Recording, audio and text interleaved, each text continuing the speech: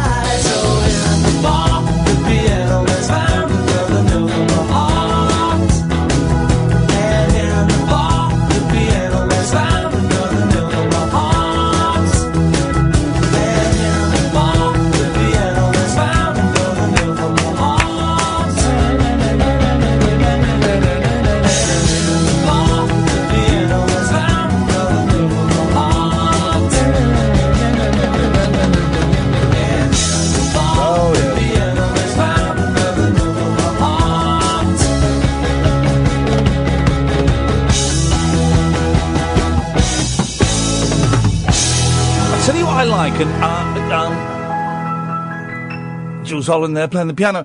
What I like is songs that end. I never even as a kid, when a song faded out, I didn't understand what the fade out. When I was a kid, I thought they just were playing softer and stepping away from the microphones, and that's how they did it. I thought they did it.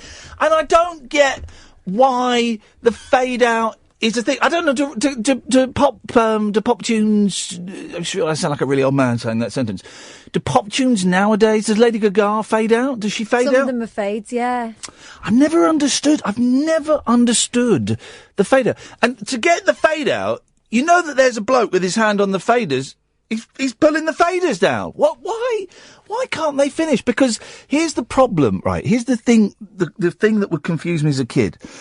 Is once I'd worked out they weren't stepping away from the microphone, you think, well, how are they ending it in the studio? If they've got to be playing it, and they've got to end it in the studio somehow.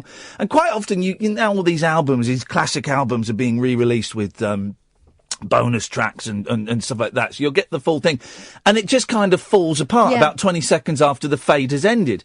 But then, as I got older, I'd think, but when they were in concert, they'd have to end it in concert. So they've worked out an ending for concert. Ba-da-da-ba-dum-bum, ba, or bam, bam, ba, or whatever. Or in the case of some of Stevie Wonder's hits, ba-ba-bum. Exactly.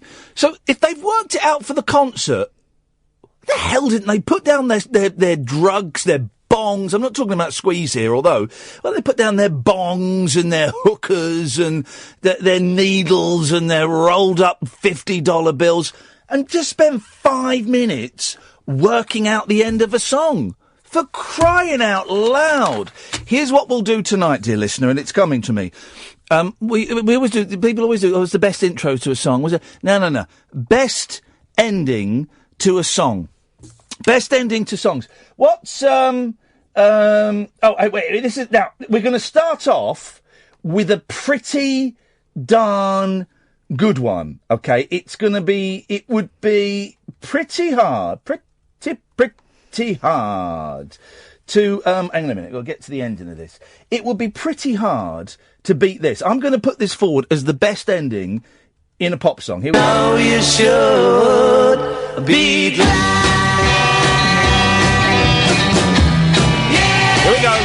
Here we go. Sophisticated. I don't think we're going to get a better ending to a song than that. I think it is. I'm going to say it, guys. I'm going to say it. I think it's a diminished ninth. Than the diminished ninth at the end of She Loves You by the Beatles. I don't think we can find an ending that is better than that. It sure is a proud ending. I like it. Fantastic. And that was the turning point when some music aficionados went, oh, they're not just some dumb group. Yeah, the songs are dumb and the choruses are dumb and that yeah stuff is annoying, but they've put a jazz chord in a pop song. Wowzers. That's when that was the turning point for the Beatles. The last 5 seconds of She Loves You.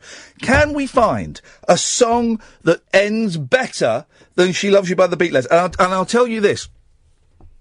We're going to play every song you suggest, dear listener. We are going to play it and it will be picked apart on the air. Peter Piper picked a pickled pepper. Did he? Did I get that right? Peter Piper picked a pickled pepper. What did he pick? A peck of pickled Who's Peter Piper? Now, this is a serious question. In much the same way, 0344 499 1000. The show is off and up and running. It's off and on and up and running. People say who's Gordon Bennett. I don't care who Gordon Bennett was. Who was Peter Piper? What was he doing picking pipes of pickled peppers? Pecks of pickled peppers. Is it? Peck of pickled peppers. Yes. But why? I have no idea. Who was the bird selling seashells? She sells. Is it? Michelle. Yeah. Busy show this evening, guys. Busy show this evening. We will be, Chris Difford came and joined us in a studio earlier on today. Chris Difford from Squeeze. He's got a new book out. Where did I put There, behind your computer. There it is. Thank yellow. you. There it is. It's big, bright and yellow. It's called Chris Difford, Some Fantastic Place, My Life In and Out of Squeeze. I read it in 2 days. It's an absolute joy. It's a good one. You know, we only recommend good ones. It's a good one. I thoroughly recommend it. We'll listen to him after 11. But so far, we're up and running. Songs that have got a better ending than She Loves You by the Beatles, 0344 499 1000 is the telephone number. They're coming thick and fast. Who is Peter Piper and what the hell is he so obsessed with peppers about? Missed opportunities. Okay. We went this evening, and you'll hear it tomorrow. We went to the album launch of Hippopotamus. It's the new album from Sparks. I love Sparks. Some of you may only know them from this town ain't big enough for the both of us, and it ain't me who's gonna live. Some of you may know them from that, and if you do, well, fair enough, you know them. Some of you, though, have got your heads screwed on the right way, and you'll know some of their later work, including the magnificent Little Beethoven album. Wow, what a record. Anyway, the new album, Hippopotamus, it comes out tomorrow. I've been listening to it, and Katherine and I were invited to a press launch, and it was deliciously pretentious and wonderfully camp. It was great. It was at the ICA, which is the Institute for Contemporary Arts.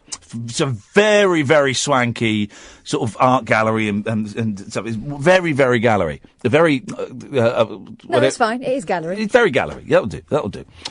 And we got in, and we got there about 6:30, and there were loads of people there. Kath got drunk, free drinks. Didn't get drunk. And then there were rows of seats, but at the front there were tables. Like sort of bar, like round tables. Sort of cabaret. Yeah. I went, stuff it, let's go and sit at one of the tables. And we did. We sat at one of the tables. And Sparks came out, and they were interviewed, and they were just, I just find them so funny and so charming. They're so charming. Q&A with the audience, and here's my mistake. Here's the lesson I learned tonight. Put your hand up straight away. I put my hand up a bit late, so I was not picked to ask a question. That's fine, because I was enjoying it. And, we've been invited by my friend Sue, who sometimes phones the show. I think a little bit worse for wear. I think that would be fair to say. She's been on a little bit worse for wear. After going to that event tonight, I can understand why. Yes, she works with Sparks, and she's delightful, right? And so we left to come and do the show because the thing ended, and I texted Sue to say, thank you so much for that. That was brilliant. Hopefully we'll see you tomorrow night because Sparks is doing another thing. About an hour later, got a text saying, oh, I was looking for you. I was going to take you backstage so you could say hello to them. No, Mr. Grimsdale! Mr. Grimsdale! Aye. So, oh God, I was gutted. Absolutely gutted. But we've got tomorrow. Yeah, we've got tomorrow. We're going to go and see them do and we will not leave until they've spoken to us. We're going to go and see them do an in-store appearance where they're going to play some songs. So, let me write these down because these are all gold. Who is Peter Piper? Best endings of songs. Here we go. Best endings of songs. Missed opportunities. And also, who have you been in the same room as? And I'll tell you for why. Because tonight, we were in the same room, as well as Sparks. It was maybe, 150 people, 200 people there? There was rock royalty. Ladies and gentlemen, somewhere in that room, because he was, his name was mentioned, was Mr. Tony Visconti. Visconti. Tony Visconti, who, basically produced some of the early Sparks records, produced T-Rex, produced all the good, David Bowie records. Also, Muff Winwood. Brother of Steve. There we go. So there were royalty in the room, and you could, as their names were being mentioned, you could feel the tension. But here's the thing. Here's the person that impressed me the most. I know you're going to say. We were waiting for it to start, and we were there for about an hour waiting. When's it going to start? They were playing some Sparks concert video, but it was very quiet. I wanted it louder. And I knew when it was going to start because I saw someone walking down the aisle to take her seat, and I leant over and went, Puckrick's in the house. Katie Puckrick. I love Katie Puckrick. Katie Puckrick was there. And I think it's fair to say we both have a little bit of a crush. Massive. On Katie Puckrick. Of course, hosted The Word and various documentaries and ace programmes on Radio 4 recently, I believe. She sat right in front of us. And we should have just gone and said, all right, because she was with someone who'd introduced herself to me. Yeah. Someone from Prog magazine. So we could have quite legitimately gone over and said, bye, Joe, nice to meet you. Oh, hello, Kate. Sorry, Katie, can I just say a big fan of yours, think you're great. We could have done that, and we didn't, because we are slackers. And it's got to be said, and I don't like this culture of judging people on their looks, right? And as there's a thing in the paper about doesn't the pretty woman, doesn't Julia Roberts look good at 49? Well, yeah. But Katie Puckrick was stunning. Looked as stunning as she's ever looked. She did not look a day older than, when we would have seen her on the television. And we kind of were doing age maths, as one does. She's on the bus on the way home. On the bus. On the glamorous bus. And I thought, I kind of called out 47. I said 47. And she was 55. 55 years. First of all, that makes me feel old because I feel, because I used to watch her on telly, so I'm old. But also, wowzers, she looks incredible. And I know, and I hate falling into that culture of judging people on their looks and their age and all of that. But you know what was refreshing? Yeah, she looked incredible, but it didn't look as if she'd done anything. No. You know, because some of these people are flawless, but too flawless to the point of you thinking, oh, they're trying a bit hard there, and they've obviously had some work done. She didn't look like that. She looked incredible. And here's the thing, guys. Why won't someone make a TV channel for people who were famous in the late 90s, early 2000s? Because imagine me and Katie hosting a show together. Imagine her hosting it. I would happily be her lapdog stroke co-host. And it would be wonderful. Come on, guys, for crying out loud. 0344 499 1000. That is plenty to sink your teeth into. I've got more as well. I've just remembered I've got more. Ian, then, oh God, they're all queuing up. We'll have Ian, then we'll have David Bluecock, and then we'll have, Babcock, then we'll have Andre, and then we'll have Caddick, and then we may have you, dear listener. 0344 499 1000. The late night alternative on Talk Radio. The Late Night Alternative with Iain Lee. Unfiltered Night Talk with the original king of unconventional conversation on Talk Radio. We have ways of making you talk. We've got 7 calls lined up. Let's dive in. Good evening, Stu. Hello, mate. I'm a really good fan of the show. Oh, we always like our really good fans of the show. They are the really good fans of the show are so much better than just the average fans of the show. And the rotten fans, they can do one. Stu, if you were here, I'd slip £5 in your hand and say, go and treat yourself to a drink.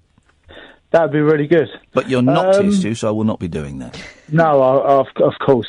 We're talking about, you had the Beatles. Was it Love Me Do? Or whatever it was? Yeah, it was whatever it was. It was just one of their bloody pop songs they did, the Beatles, yes. Yeah, I know.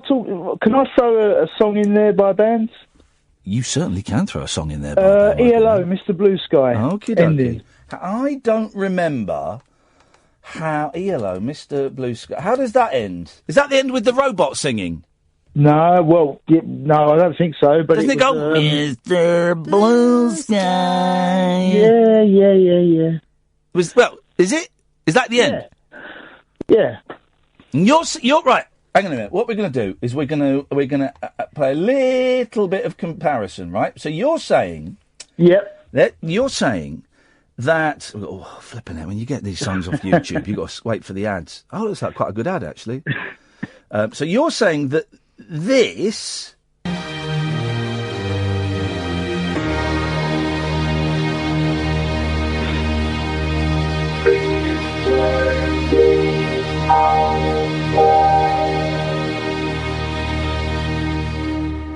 Right. You're saying that is better than. Oh, bloody computer. By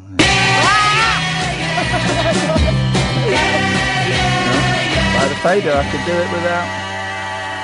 Not a chance, Stu. You may be a really good fan of the show, but not a chance. 100% rubber stamped. I'll sign to say that. You can sign to say that, but tell you what you do, Stu. If you could sign to say that, and you mentioned something about a rubber stamp, if you could send that to me here at Talk Radio, it's Iain Lee. Have you got a pen and paper? No. How are you going to sign it then? All right. No, I will. All right, I will. Right. So it's Iain Lee. Oh, God. I-A-I-A-N. Yeah. Well, kind of. Right. I-A-I-A-N. Yep. Sorry. Lee. Yeah. Right. Yeah. Talk Radio. Yeah. Talk Radio. Yeah. 18 Hatfields. 18 Hatfields. Sorry. Right. Sorry. Hello. Sorry. But yeah, I'm really sorry. Yeah, Iain Lee at Talk Radio. Yeah. We don't keep putting out. I don't want you to put right. Talk Radio. 18 Hatfields. Yep. Okay. London. He's pretending to write, you know. Well, no, I'm going to get him to recite it to me in a minute. I'm not. It's like my first rodeo, Kath. I'm going to get him to recite it. Then we'll see. SE1. All right, I've got SE1. That's easy. Right. SE1. Yeah. 8DJ. SE1 8DJ. Yeah. Yeah. If you send that signed declaration that you think that is better than She Loves You. Yeah. At the end. Yeah. Then we can see where we take from there. Can you do me a favour, Stu? Could you just read back that address, please, buddy? SE1 8DJ. The whole address, not just the postcode? Iain Lee at Talk Radio. SE1 8DJ. Thank you very much for calling. That guy said he was a really good fan of the show. I think he's a really bad fan of the show. That's what I think is going on there. Good evening, Ian. Jesus. Ian! Hey, man!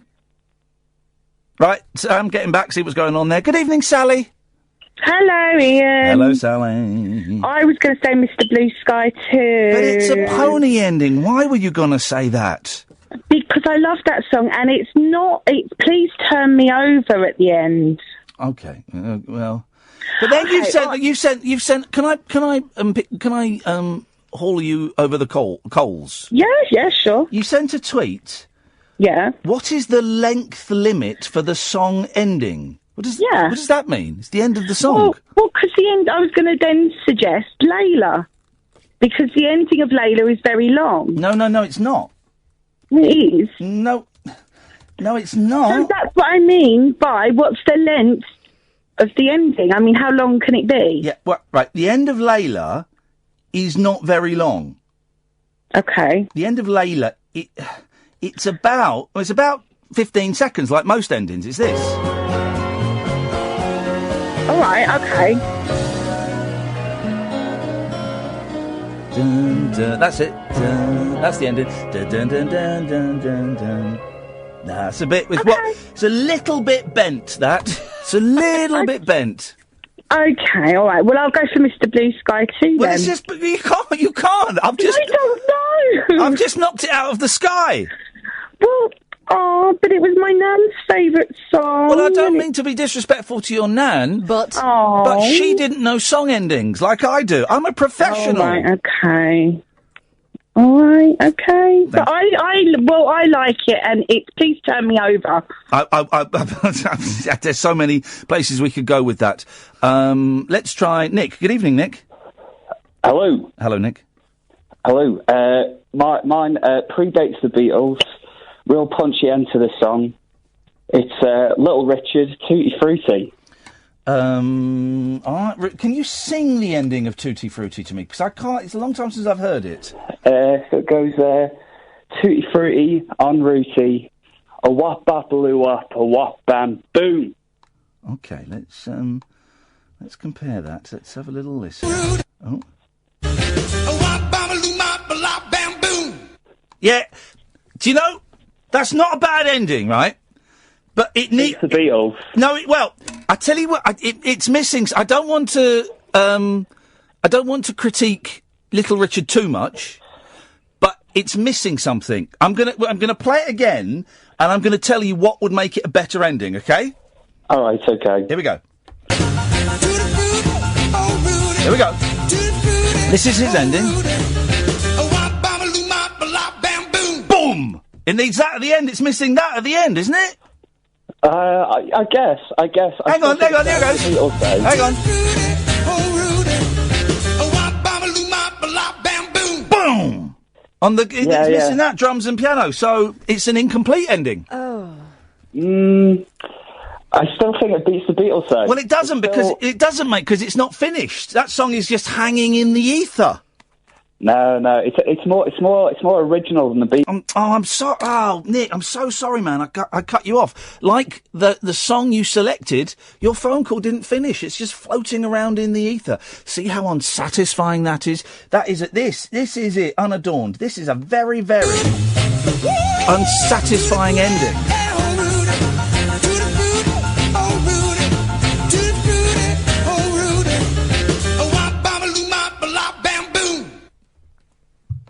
It's not ended. And? Yeah, and Mr. Richards? No. Oh, he's balls that right up, hasn't he? He has totally balls it up. Yes, G? What's going on? Someone kill me. Yes, G? B-52s, Love Shack, Tin Roof, That's not... Arrested! That's not bad. That is... Is that the end? Yes, of course it is. I know they do it in the middle. I'm pretty darn sure. I first heard Love Shack when I was in Marino's Barbers on the Farnham Road. Good story. Yeah, you have short back and sides? That's none of your business. Right, here we go. Oh. That's how it ends. Mate, you got the ending wrong, G. That's the end. Thanks for calling. You know how I know that? It's one of my karaoke favourites. It got the ending. Yeah, the ending he described was brilliant. Shame it's not the ending of the song. It's the middle of the song. There we go.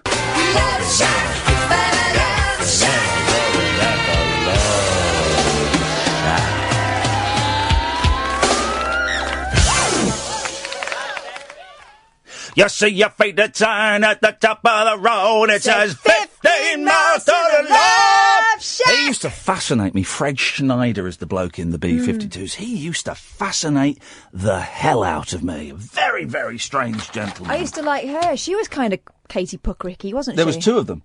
Well, the one I'm thinking of is Kate Pearson. Sure, why not? I mean, why not? It is. 0344 499 1000 is the telephone number. We thought we'd found an ending that was as good as She Loves You by the Beatles. It turns out it was a fictional fantasy ending made up in the drug-addled mind of a lunatic listener to this. Do you know an ending to a song that's better than She Loves You by the Beatles? We may have come in too hard on this one. 0344 499 1000. Who have you been in the room with? Missed opportunities, and who the bloody hell was Peter Piper? I'm Iain Lee. This is Talk Radio. Tales of mystery and imagination on the radio show that does things differently. Dolly Parton, I listen to a record all day long. The Late Night Alternative with Iain Lee. I'm a nut job, but not that kind of nut job. On Talk Radio. Honest to God, it's the new Breaking Bad. Oh no! 0344 499 1000 is the phone number. Good evening, Rocky. Good evening, Mr. Lee. Good evening, Catherine. Hope I find you both well. Yes. Right, song ending, Mr. Lee. Rock Around the Clock, Bill Haley. Terrible record. I'm not even going to listen. It's one of the worst records of all time. No, I knew we were going to go on a losing edge here, because if it isn't the Beatles or the Monkees or the Kings, you don't want to know anything. Hang on a minute. I was about to say the B-52s was almost as good, but then it turned out it was a fictional ending. So that's you shot down in flames, Rockstar. No, I know. Bill Haley's Rock Around the Clock is one of the all-time... Sing the ending to me. No, it's a terrible record made by a fat old man who was going bald and slick. Honestly, here's the thing about Bill Haley, right? People listen to the record and went, oh yeah, that's all right. He was nothing... Tattoo had more musical soul than him. The New Kids on the Block had... He was just jumped on trends. He was a country and western star who was about 35, and then someone said, hey, there's a new thing called rock. You should do this song called Rock Around the Clock. Okay. And do you know who the most disappointed people in the world were, Rocky? I'll tell you. When Bill Haley came to the UK to do his first ever tour, and everyone went to see him, and they were absolutely gutted to see this old man with a kiss curl playing primarily boogie woogie and country and western and one rock and roll song. Well, you're wrong, because I actually met Bill Haley when hang on a minute. You're the bloke who thought hang on a minute, Rocky. You're the bloke that thought who was the nut job who did Telstar? Joe Meek. Yeah, you're the bloke who thought he was the one that said guitar bands are past it, when it wasn't. It was Dick Rowe at Decca. So you don't know nothing. Oh man, you are so out of order. You know nothing about rock and roll. Hang on a minute, you came on and you apportioned one of the most famous quotes in music to a bloke who hadn't said it. It was Jeff Goddard who put it into the movie. The people who made the movie didn't even know about the quote. It was Jeff Goddard. Yeah, well, the people who watch biopics and think they're true don't deserve any credence whatsoever. Did you see the film? No, because it's full of lies. And it's also got a bloke in it who I think is a tosser. There's a documentary at the beginning of the film, and I'm in that documentary. Well, but you shouldn't be. I'm going to tell me who produced that documentary, because I'm going to ask to have you edited out of it, because you don't know anything. Oh, you are sailing so close to the wind. You know nothing about early music.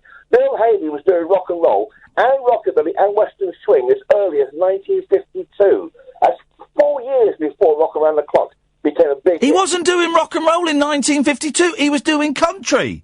No, he wasn't. Yes, he was. He was doing country and swing. And I know about this because I've just read a massive book about skiffle written by Billy Bragg, so I know everything about it. I can name you 5 songs off the top of my head by Bill Haley from 52, 53 that are pure rock and roll. Yeah, were they produced by Joe Meek, and did he say guitar bands were past it? Oh man, you're sailing so close to the wind. You really are. If it isn't in your opinion, you don't want to know anything. Fake news. Fake news. I know more about early rock and roll, rockabilly. My dick's bigger than your dick. And you will know anything about anything you know. Say that again. Say that again and say it in English. I'm going to hang up because you really are annoying me. So what? I don't know what you're talking about. He's just gone. He's just gone. What was it? He's the fella that said Joe Meek said guitar bands are yesterday's thing. It wasn't. It was Dick Rowe, the bloke from Decca who turned down the Beatles, and then went on a signing spree because he turned down the Beatles. So he went and signed everything he could sign. What's the fella's name? I'm doing the thing because he was a bit of a boozer. Bill Haley. Bill Haley was a country at best. He was doing a little bit of swing. He wasn't doing rock and roll in 1952. Shall I tell you why he wasn't doing rock and roll in 1952? Because rock and roll didn't really exist then. Here's something. The same week that Elvis Presley went in to record whatever the first song he recorded, the same week he went and did that at Sun Records. That's the right mama, wasn't it? Yeah, okay, yeah, sure, why not? The same week, I can't remember anything. I think I might have had, I'm not saying this lightly, I think I've had some sort of stroke or something. I can't remember a bloody thing. Lonnie Donegan went in and recorded Rock Island Line, the big hit. There you go. It's the same week. So things are afoot. But no, Bill Haley was not doing rock and roll in 1952. But I'm glad we could have a sensible, mature discussion, without hanging up. What's he talking about? You want to know about the monkeys and the big... What are you talking about, man? I've just finished reading a book by Chris Difford from Squeeze. I've just started a book by Loudon Wainwright III. I've got a book about David Bowie, the man who fell to earth, at home. You've just come back from a Sparks gig. I've just been to see... What are you talking about, Rocky? What are you talking about, man? You're it's called throwing the toys out the pram. Rocky, I think. Listen, what I'm prepared to let Rocky do. I don't want any double bubble tonight. It's one call, one call only per person, right? Because we've got loads of calls. But Rocky, I'm prepared to let you come back on tonight. I'm prepared to let you come back on because I never like to leave a call in bad terms. You are welcome to come back on and apologise to me. I will let you do that. I will be big enough to let you come on and apologise to me tonight, Rocky. That's what I will do. Oh, David! Hello, Ian. Hello, Kathleen. Hello. How's your penis self? Beg your pardon? How are you? I'm fine. That's lovely. Thank you. Yes. Little bit of trouble last night, wasn't there? No. I was sound asleep from 9 p.m. Someone hack your voice then, because you phoned us. No, didn't ring in. I've been on holiday in the Cotswolds. Really? So you didn't? You didn't phone in? You didn't do a bit of light vacuuming yesterday? I haven't rang in about a week, actually. That's It's very odd. That's strange, because we had someone on, right, claiming to be you, in a little bit of a sticky. Just have a listen to this. Hang on. Dairy farmers and distant just farmers. jump forward a bit here. Oh, no. Oh, Christ. Ian. David, what's wrong? I'm in the right dilly of a pickle. Okay, go on. Let's see if we can sort it out. Don't panic. I'm a bit near. I don't want to, I'm scared that people will listen and take the meat kind to me. No, David, no one would. Well, if they do, they're not worth bothering about. What's wrong? Have you been entered again? Well, no, kind of the other way around, right. I need you to just stay with me, right? Okay, well, okay. Sometimes, and only sometimes, mind, I get a real urge to do some spring cleaning late at night. Yes, I know what you mean. I used to get that. It's quite therapeutic. Yeah, well, exactly. So you're on my level, right? But I'd been I'd been in bed, and I was obviously not. I was declothed. Is this ringing any bells, David? So I'll do. It doesn't sound like me. It sounds just like you. Uh-oh. I've got me willy stuck in Hoover. Okay. You got your right. That sounds like you saying you've got your willy stuck in Hoover. That's not me at all. That's someone doing a really bad impression of me, actually. What brand of Hoover do you have? Vax. I mean, Henry. No, come on. I've never had an appendage stuck in an Hoover. Really? Especially not my winkle. And even if I had, I bloody wouldn't ring into you, would I? With all your clowns laughing like bloody hyenas. I've got a song that's got a better ending than Help. So you got a happy ending? Has it got a bell ending? Listen, you got a tender ending. Right, Does it make you cry one tear at the end? Now, come on, you're being saucy, and I don't like it. No, you don't like it. Up 'em. Yes. Was not me. Sorry? Wasn't me. Okay. It was part of you. Well, It Wasn't Me by Shaggy. You're saying that's a better ending? No. The song that I've selected is If I Can Dream by Elvis Presley. There's no shame in making love to a Hoover. Well, there is a bit. Why would I make love with a Hoover? Because you're a virgin? Yeah, you'd be very abusive. Very what, sorry? Abusive. Chris Abusive. Yeah, laugh it up like Kathleen. Right. Okay, then. Right. I'm... Right. Suck it up, David.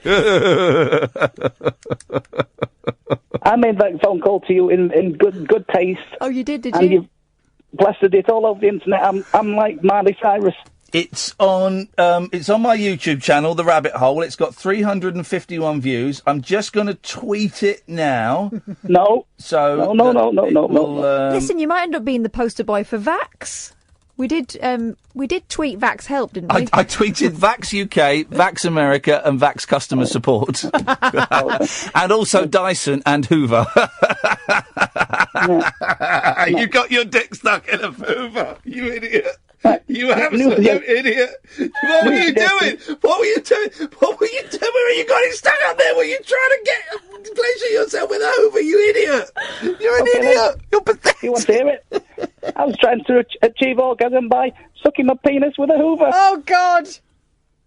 Yep. I've said it. I know you wanted me to. New idea for a phone call. Oh, wait. 03498966. Who's on Babcock's side? Right. You it? Mr. Late? Oh. Hello?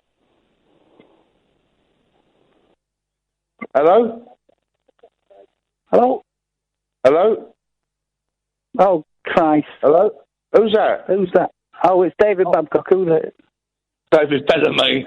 Well, David, my old friend, how are you? Is that Andre? Now, today I picked up a Dyson out of the garden, yeah? It's really lush and wonderful. And I turned it on to try and do some hoovering, yeah? And then guess what happened? You got your willy stuck in the end of it? No, it started playing this. Have a listen. Right? See what you reckon. This is what it started playing. Could you hear that? Unfortunately, yes. Well, have a listen. It's got the best lyrics and the best ending. In other people's misery. It sounds like a cacophony of noise. Just have a listen. I really don't want to, Andre. Has he gone? Right. Who's ringing in then? 0349399386. Who supports Babcock? Call Leah live on air. Please. Who's there? This is like I'm doing this is spiritual intervention, this. Right. If you are there, right, make yourself clear by contacting me with your face. With your face? Who is it? Who's what? That. Can you hear me? Oh, right, I'm on. Hello, Babcock. How's your Babcock? Lengthened. What's your name? Is it lengthened? I'm Jay. How are you, mate? Well, I'm all right. I feel a bit embarrassed. What do you want to call about, I'm not Jay? surprised. So, you know, you slipped, so that's not really your fault, is it? What? You slipped, didn't you? That's what you said. You slipped and fell into Henry the Hoover. No. I've just admitted on air that I actually used the suction. Did you? I must have been getting put through at that stage. I didn't hear that. I thought you were innocent. I've changed my mind about you. You know what? Iain and Kath pushed me over the edge, so I thought I'd just admit to it. Did they? I thought Henry pushed you over the edge. It's not Henry, it's a Vax. Oh, right, okay. Oh, that's a shame. At least Henry's a bit more personal, isn't it? What, with a face? I feel too guilty. Yeah, I don't know if that's more worrying or less worrying if he's got a face.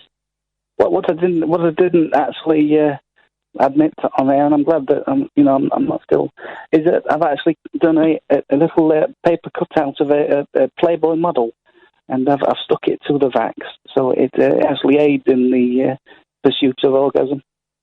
Oh my God! Are you okay? Is this something that you're not under the influence of anything that you're going to wake up tomorrow morning and regret saying all this? Are you? No, I feel perfectly fine. You know what? I've been pushed to boiling point, and you know, I've been. What's the word?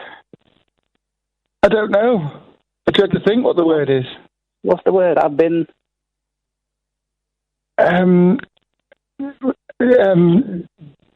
Disgraced. I've been disgraced. I'm bloody Shilpachetti. Hello? Have you gone? Jay?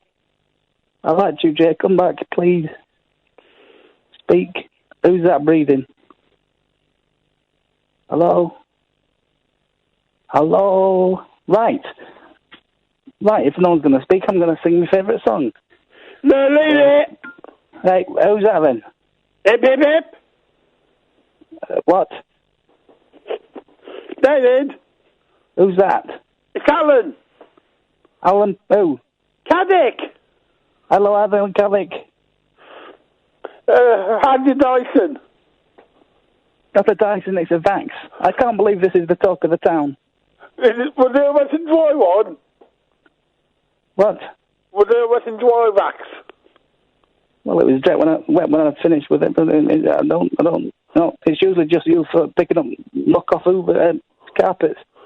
So it was a wet and dry Vax? I've just mentioned that. What you rang in for, Caddick? Well, I wanted to talk about being in the same room with somebody, but I was going to talk about that, but I want to talk about vacuum cleaners. No. Who have you been sat in the room with, and why? Henry Dyson. Right. Wise guy. Where do you live? Up your beat. Vacuum cleaners. Hello? No. Turn your radio down. And why? Is that better? There's a lot. No. Turn it down. Off. Turn it down. Right, it's down now, yeah? Who's this? Who's that? It's on David Bellamy. No, it's not. It's on Andre. I'm not. Who's that then? David Babcock. Where's he gone now? Right. There must be lights burning brighter. Who's on? Am I back on again? Can I please sing? Oh, sorry. Carry on. So you can join in if you like. Somewhere, I don't know. Got to be birds flying, I guess, in the kind sky. Smaller, if I can dream of a better land where all my brothers walk happy and tell me why. Oh, why? Oh, why won't that song appear? Oh, why? Have they gone home?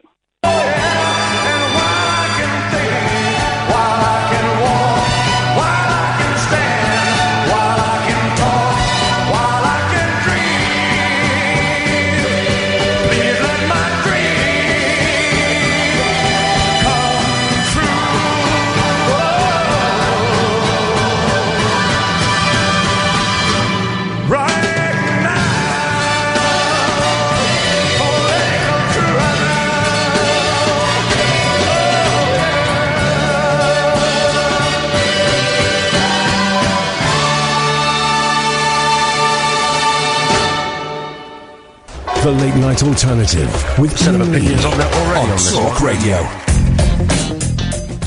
Tomorrow, The Guardian exposed race bias in the British justice system. You'll hear more about that on LBC throughout the course of the day. We were going to talk about that a little later, but I'm sure at some point there will be elements of it. It was the Lammy report that we will return to.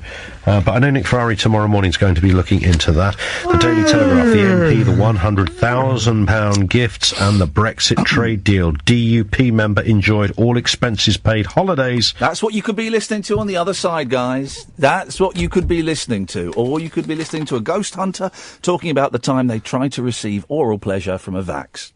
Let's go to Jay. Good evening, Jay. Good evening, that was fun. So, endings of songs. Yes. From one ending to another. Yes. From one horrible ending to one fantastic ending. What's a Beatles song you like, Ian? She Loves You. The ending of She Loves You, I think, is perfection. The ending of She Loves You. The Beatles used to love ending their songs with a major sixth chord, didn't they? Major sixth, thank you so much. I love all that. Yes, they did, yeah. So, yeah, and Twist and Shout was the same one. I like Twist and Shout. Yep. That's another one of the great ending. But my submission for best ending is Virginia Plain by Roxy Music. I'm not so hot on Roxy Music. Virginia Plain, what's her name? That's that one, isn't it? Yeah, that's the one. It just ends on that. It just ends on that? The music cuts out. It goes, what's her name? Virginia Plain. What's her name? Virginia Plain. Who does it sound like when it talks like that? Deputy Dog. No, Deputy Dog. Are you a fan of Roxy Music? Not particularly, but I like that. So actually, I could enter them for songs bands I don't really like, but have one great song. What's her name? Virginia Plain. Let's have a little listen. I know very little about the. Here we go. This is a great song. What's her name? Virginia Plain. I know what you mean. It's not bad. But I like a kind of I like a mute. I like a mute. Can we just check something? In fairness to Rocky, can we just check the ending of Rock Around the Clock? Because you're going to be sorry if it's brilliant. Oh well, if I am rock. Hang on, how do you spell rock and rock? How do you spell it? Around the Clock. Bill Haley. All right, let's listen to the ending of this. Oh, what you supping there? You having a little drinky drinks, Jay? Having a little. Do you hear the clink of ice against my crystal glass? Exactly. Oh, it's a terrible ending. They do a comedy ending. I remember. We're gonna rock till broad daylight. We're gonna rock. They do a comedy ending.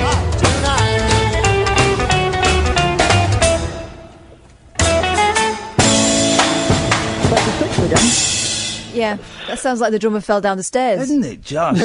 Bam, bam, bam, bam, bam, bam, bam. We're just joking, guys. We're not really rockers. We're country music stars. We're just jumping on a bandwagon. Buddy Holly had some good endings as well. Do you know what? I went through a really big Buddy Holly thing when I was about 15, 16 years. I like Buddy Holly.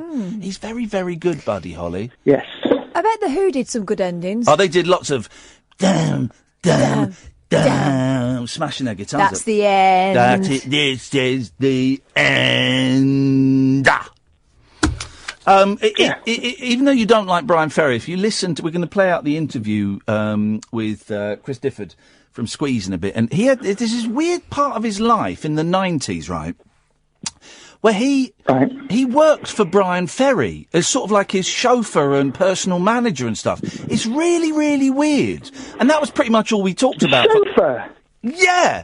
Yeah, he was his personal... One of the greatest songwriters that English pop has ever created was a chauffeur for Brian Ferry. He was his personal manager, but he had to ferry him... He had to ferry around. And it's yeah, I read that bit in the Chris Difford book twice, because it just came out of nowhere. Wow. Well, stay tuned. I really like Squeeze. I like Squeeze a lot. I'll get that book. I'm enjoying the Billy Bragg book at the moment on Skiffle. It's good, isn't it? So is he coming on the show, Kath? Well, it's gone a bit quiet, and I've sent a couple of little nudges. Yeah, because he's off to the Grammy Museum to talk about it, not to talk radio. Oh, well, we'll see about that. Jay, thank you very much indeed. I was gutted as well. Do you know Mark Hamill was hinting he might come on the show? Yeah. Don't reply to me anymore. What's his chops over there? Got a DM from him.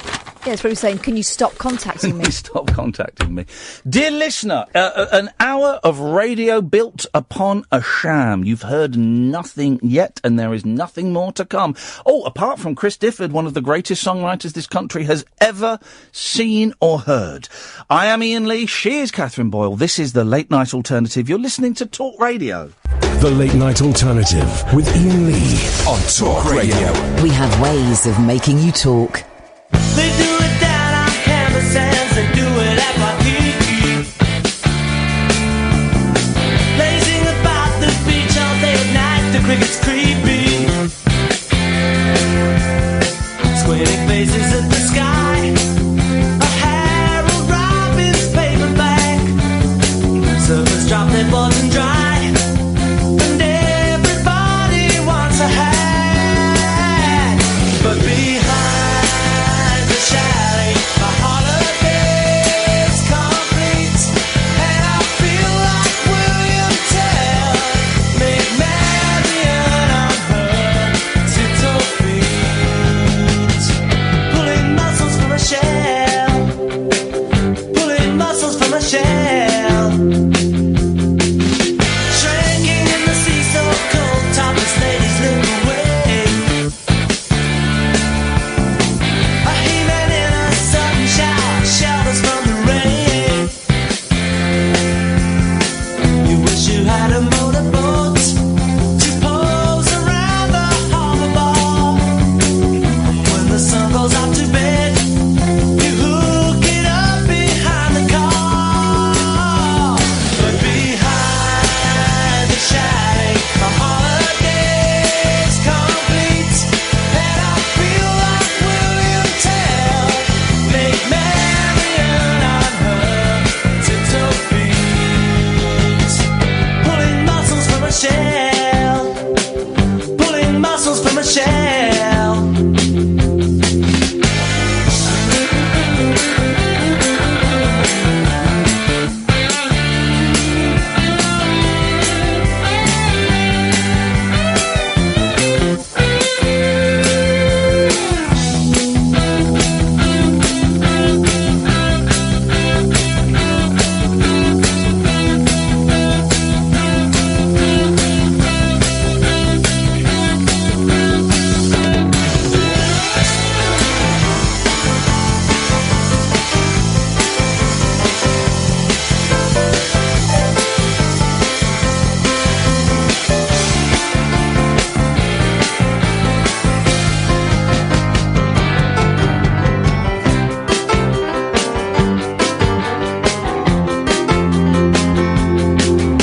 Two fat ladies window shop, something for the mantelpiece. Every finger on the nine's a pan up the sweet little niece. Coach driver stand about, looking at a local map about the boy who's gone away down to next door's caravan. But behind the chalet, my holiday's complete, and I feel like William Tell. Make Marion on her tiptoe feet, pulling muscles from a shell, pulling muscles from a shell. But behind the chalet, my holiday's complete, and I feel like William Tell. Make Marion on her tiptoe feet, pulling muscles from a shell, pulling muscles from a shell. It's a good ending. It's a good ending. You see? Okay, everyone calm down about the end. Everyone get very, very, very het up. The musical topics, people get very, very emotional about. And here's the thing. I know I talk about the Beatles and the Monkees a lot. I know about all genres of music. I know I'm going to be interviewed for Prog magazine. You know, I know my musical knowledge is all encompassing, guys. So come and share that knowledge. I'm happy to impart my wisdom on you. Chris Difford wrote the words to that song, What You Just Heard. Glenn Tilbrook done the music. That's generally how it worked. He's written a brilliant book. Some Fantastic Place, My Life in and Out of Squeeze. Here's the thing, guys. You know I don't recommend books unless I think they're really, really good. Like that awful Carmine Peace book. Foul. I tell you what, we gave a copy of it away to Neil Hamburger. We've got another copy. I don't want to read the rest of it because it's just full of stories of sexual abuse. It's horrible. So we'll give it away to our least favourite caller. There'll be a competition, and the loser will win that book. How's about that? Wonder if Rocky would like it. Don't be mean now. Come on. But the Chris Difford book ain't nothing like that. It's a cracking book, and I did it two ways. I listened to the audio book. I'm going to stop talking because I've realised. Here's what I've realised. Go on. Whenever I do a talk-up, as we call it in the business, it's quite a talk-up. It means a little introduction to the pre-recorded package. Whenever we do that, everything I say in the introduction is in the interview. Every time the Chaz one, every time I do a talk-up, as we call it a talk-up, every time I do that, and then we go to the package, it's all in there. It's called a package. It's all in there. Okay. Listen to me using radio slang when I'm about to get the boot from a radio station, not this one. I'm just going to say this man is a hero to me. Stop, because you talk about fanboying in the first few seconds. This is Chris Difford. Man, I'm a bit of a fanboy, so I'm a little bit... That's all right. I don't normally get nervous meeting people, but you're Chris Difford from Squeeze. Apparently so. At least I was when I last checked. I loved your book. There was one bit in... running, by the way? We're off and running, yeah, this is it. This is happening now. Oh, cool. I loved your book. There was a bit in there that I had to read twice because it confused me. Go on, then. What the hell were you doing with Brian Ferry? I couldn't work out what your role was with Brian Ferry, because you seemed to be ferrying him around in a car and going over lyrics and getting in trouble for bringing girls into the studio. Yes. Well, it was a wonderful job, really. The first time I went to work with him, my role was lyric doctor. And I got paid to go through heaps and heaps of files that he'd not had the chance to go through and find lyrics that were really good.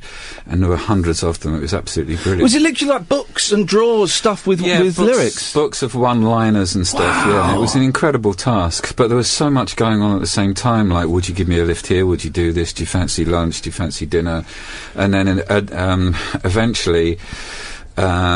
it became a little bit of a struggle. But then I went back for more, and he made me his personal manager, which I loved. And that's incredible. I really enjoyed working for him. He's such a fantastic bloke. Well, Brian Ferry is kind of brilliant, and you were a huge Roxy music fan as well, so that must have been very surreal. I was dribbling every day I went to work, because he's the lyricist that I looked up to. Yeah. And, the fact that his eye for detail and his ear for detail was extraordinary. I mean, he would, pore over absolutely every detail. And I'm not that kind of bloke, so it took a bit of getting used to.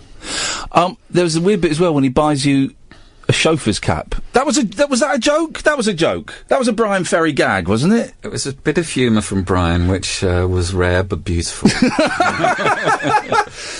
There's a lovely line in it when you kind of... You've been working with him for a while, and you're looking in the mirror and you say, I used to be in Squeeze. Yeah. It seemed... I was so surprised, 'cause I didn't know any of that side of stuff. It must have been...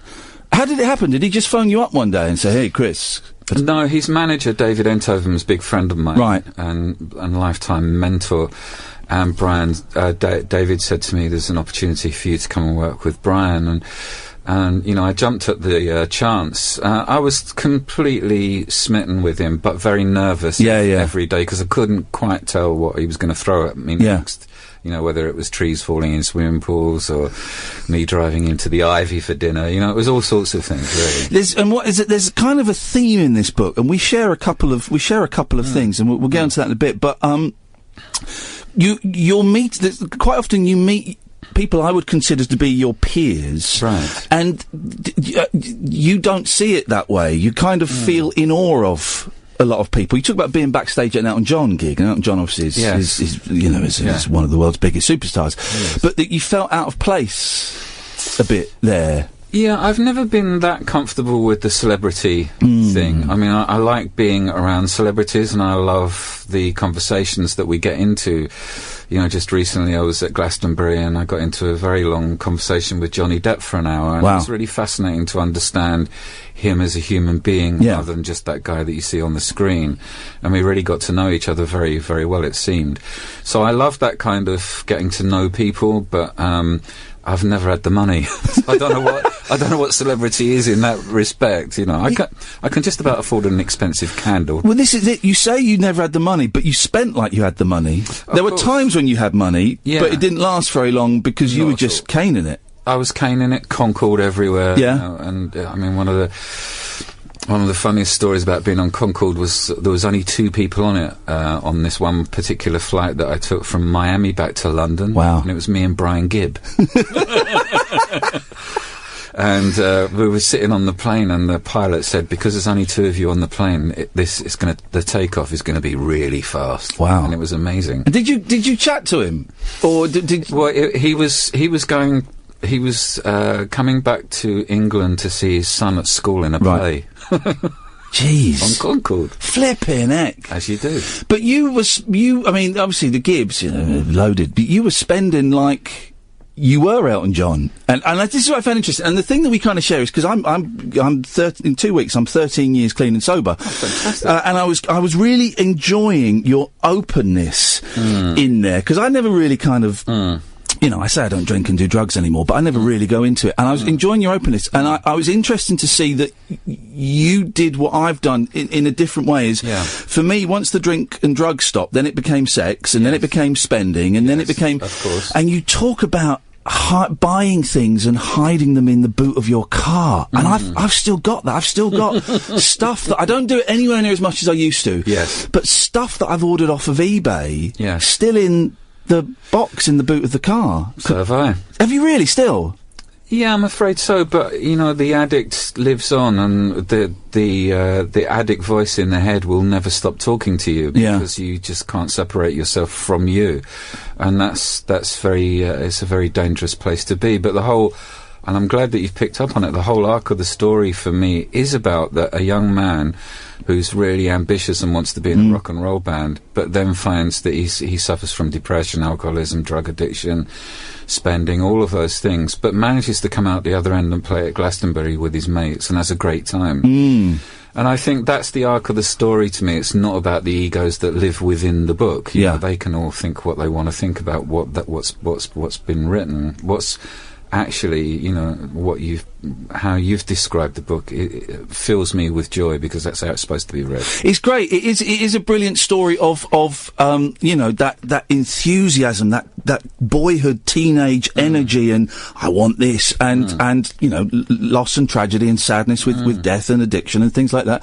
But it ends on a very happy, positive. No, you know, you are now the success that perhaps you always wanted to be. Is how I read it. It's how I interpreted it. Well, I hope that's the way it comes across. I mean, here we are, Squeeze has just recorded and just about to release our 14th album.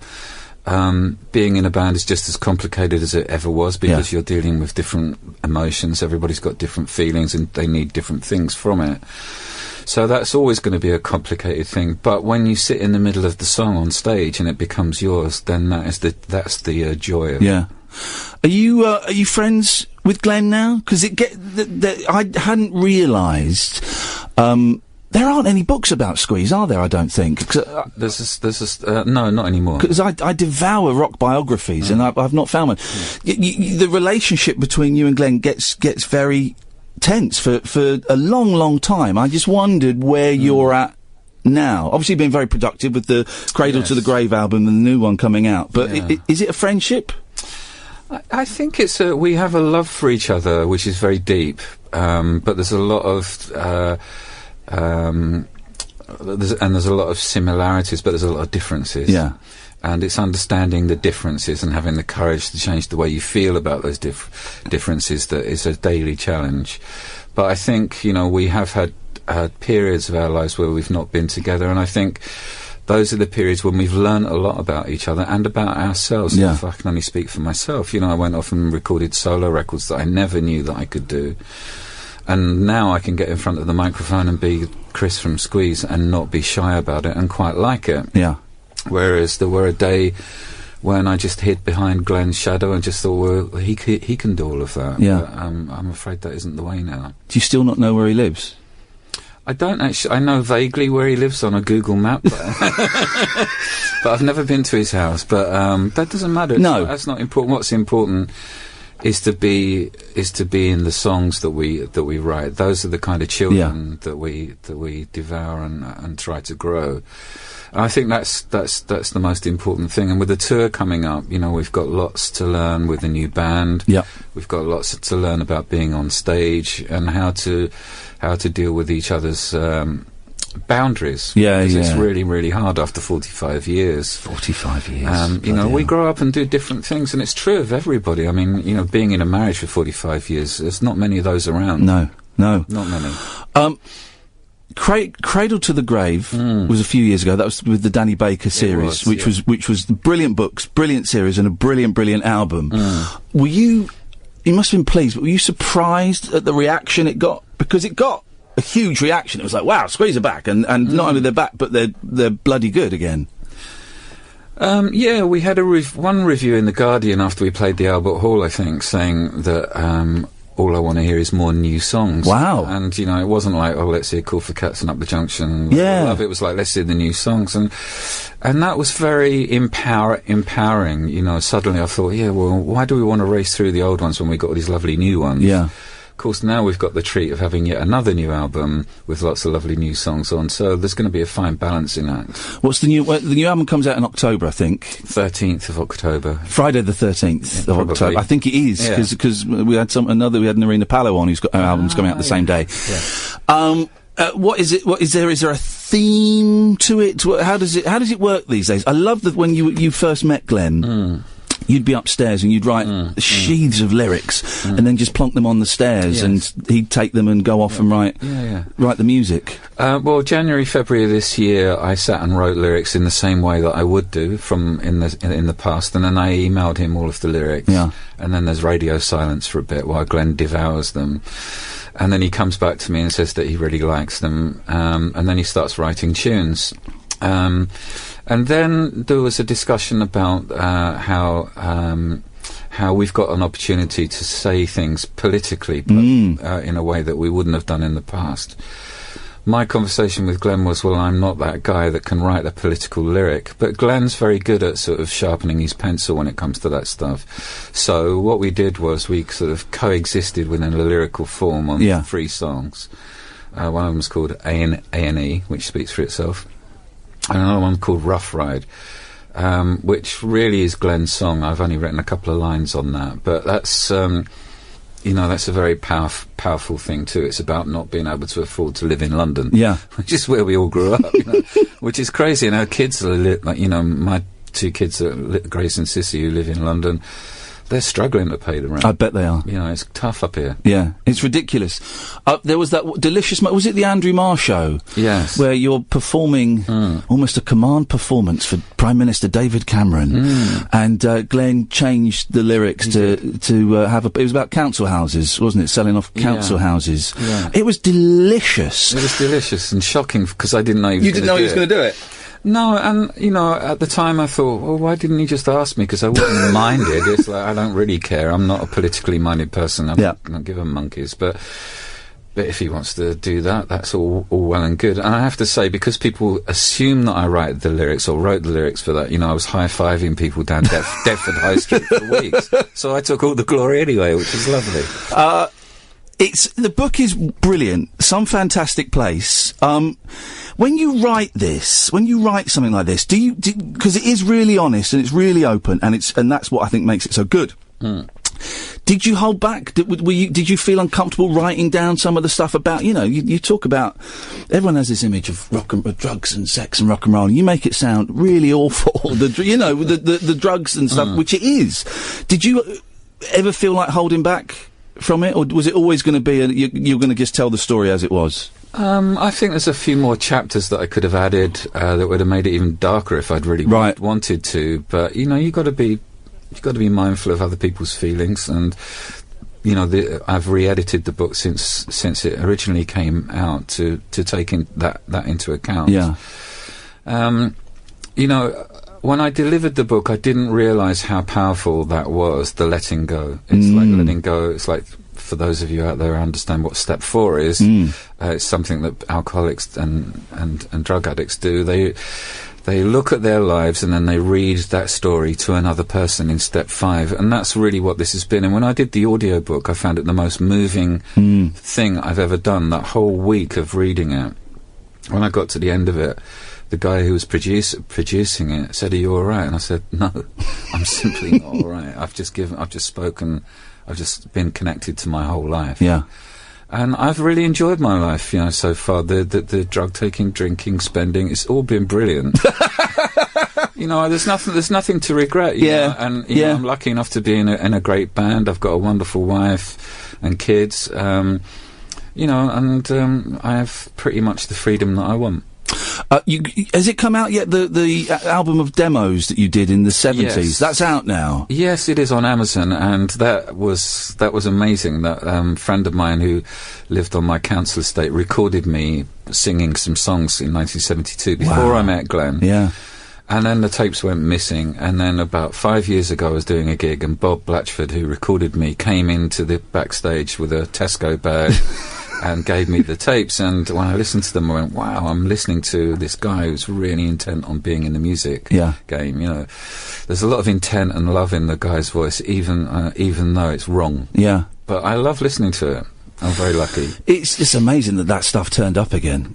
It really is, and my friend at Edsel Records, Val Jennings, he said, "Look, why don't you just put it out, and at the same time as the book, it can accompany the book." And it seems to work very well. I thought it was on the back. There's the line in there in the book about basically the whole of your career turned on 50 pence that you nicked from your mum to put an advert in a shop window. I love that, and that's basically how Squeeze happened, because of that 50 pence.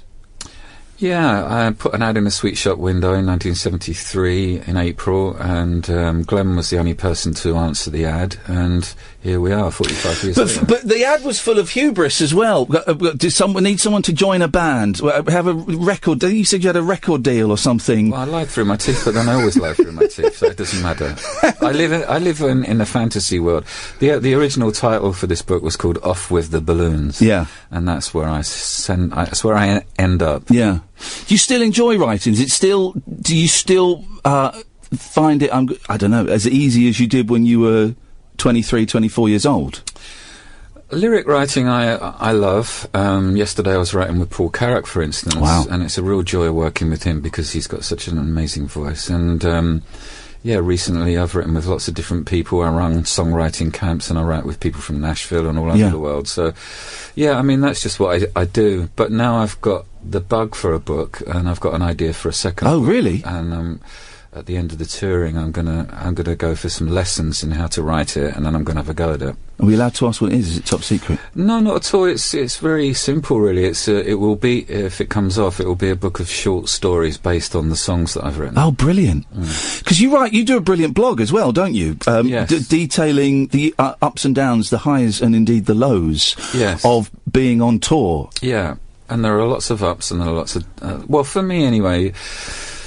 I struggle being that guy in a band sometimes. Yeah, I bet. It takes a lot of doing for me. I'm not a natural guy when it comes to it, but there is joy in it, and I have to say that, playing at Glastonbury last year with Squeeze was the peak experience of all of that, being on stage and just being in the middle of those songs and being in the relationship with the band.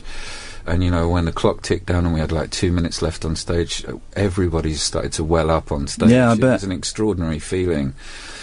And for me, I wanted to put that in the book, and I wanted the book to come out at this time to celebrate not only 25 years of sobriety, but, that journey for the band, because I don't think it gets much better than the Pyramid stage. Yeah. Do you know how much affection there is for you and Squeeze? Yeah, I do feel it, and it's a lovely thing. And, when I've been going around talking about the book, I get nice feedback from people, and people You know, I've always thought of Squeeze being a bit like the family cat. It comes in and out of the hatch every now and again, eats some food and then disappears again, and that's really what we are, I think. Because when I said you were coming on, so many people go, "Oh, brilliant, fantastic!" Ask him this, ask him that.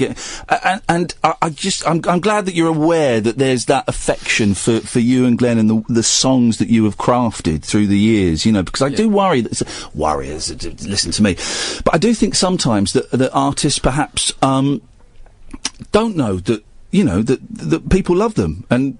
People love you, Chris, is what I'm trying to say. People love you, and people love Squeeze, and that you have done great work. I get that whenever we play a gig, I get that love. It's a wonderful thing, and it's not to be neglected, and it's not to be messed around with. It is what it is. Yeah. We're very lucky at our age to be in this place. It should be stress-free, it should be lovely, it should be fun, and it should be all of those things. Where's the tour? What's happening with the tour? Well, the tour's doing really well, and we start in a couple of weeks' time. We got some warm-up shows, and then we go to Birmingham, 2 nights there. Then we got Liverpool, Manchester, London, the Albert Hall. Wow, fantastic! And the O2 in London at the smaller venue. I can't remember, the Indigo. And then we go to America for 3 weeks, I think, and then. At the end of that, who knows? I think we probably sleep for 6 months and then possibly tour next summer. I think we're going to try and come to the Royal Albert Hall to come and see you. Yeah. The book is a joy. Final thing, there's that you write. I mean, it's just so beautiful when you're describing when you were in a gang. And they all wanted to mug someone. You mugged a lady, and you describe beautifully how awful you felt doing it, and how as it was happening you realised this wasn't you. This was not the life you were going to take. No. Thank God. Yeah, well, 2 of my friends that were in the gang at the time are dead. And a couple of them are still in prison. But, I had being in a skinhead gang was, what was it? It was kind of, it bound me up in music.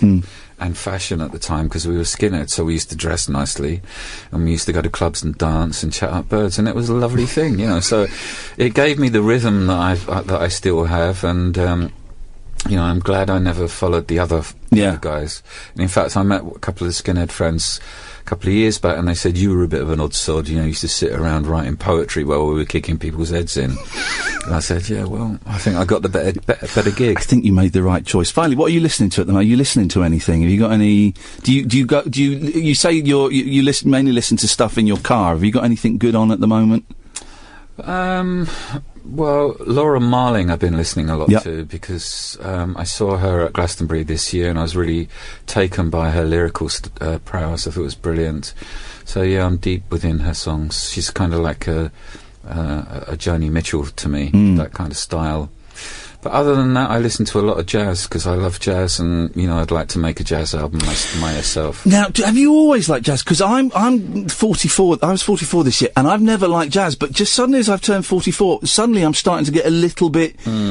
I think it's an old man's music. I don't mean that disrespectfully, but I've always hated it and poo-poo jazz, and now something. I wouldn't mind checking some of that stuff out. Yeah, I don't know if it's that. It's just challenging music. Right. It can take you in somewhere where pop music or rock music can't take you. Yeah. And I think that's, for me, that's really important. There's a new song on the Squeeze album. There's a couple of new songs on the Squeeze album which are challenging. One of them does lean towards the jazz. And I think, musically and lyrically, I think as you get older, you need to spread your wings and be in something different. And I've met Jamie Cullum a couple of times, and I love the way that he manipulates those old-fashioned songs, that he makes them his own. The book, Chris Difford, Some Fantastic Place, My Life in and Out of Squeeze, is out now. I was telling you as we came up the stairs, we only got the book a couple of days ago. So to make sure I'd read it before you came in, I was alternating between reading the book and listening to your dulcet tones whispering in my ears. And it was a joy. What's the name of the album that comes out in October? The Knowledge. The Knowledge. Well worth pre-ordering if you can. For goodness sakes, pre-order it. And the tour dates. And what's the best website to find out all of these bits and pieces? Squeezeofficial.com is where you can find all the Squeeze information, and chrisdifford.com is where you can find all the Chris Difford information. But they cross-pollinate, so they're the same wasps. I shall. Do wasps pollinate? No. Okay. I shall tweet all of this. Chris, honestly, it's such a thrill to meet you, man. Thank you for all of the songs, and thank you for this wonderful book. Thanks a lot. Across the UK, online and on DAB. The Late Night Alternative with Ian Lee on Talk Radio. It was good, that, Chris Difford. Some fantastic place. I've tweeted you can get it on Amazon. You get it everywhere. It really is a brilliant book. I found the stuff about, his spending was much more excessive. It was buying a Maserati, when he was broke. And, his wife told his manager, so it got taken away, and he kind of snuck off the next day and came back with another one. So his spending was slightly more excessive than me. But isn't it, I was really surprised when we talked about the hiding things in the boot of the car, and he said, oh yeah, I've got stuff now. He's got stuff now. And I've not got as much, but I did a few years ago. My wife kind of raised the subject of me buying so much stuff on eBay, and I buy crap, and so I took to having it delivered here and hiding it in the boot of my car, and I've still got some bits and pieces in it. It's not such a big issue now, but now I'm buying CDs for like £2, £3, £4 a pop, as opposed to buying all kinds of crap for £100, £200, £300, is what I was doing.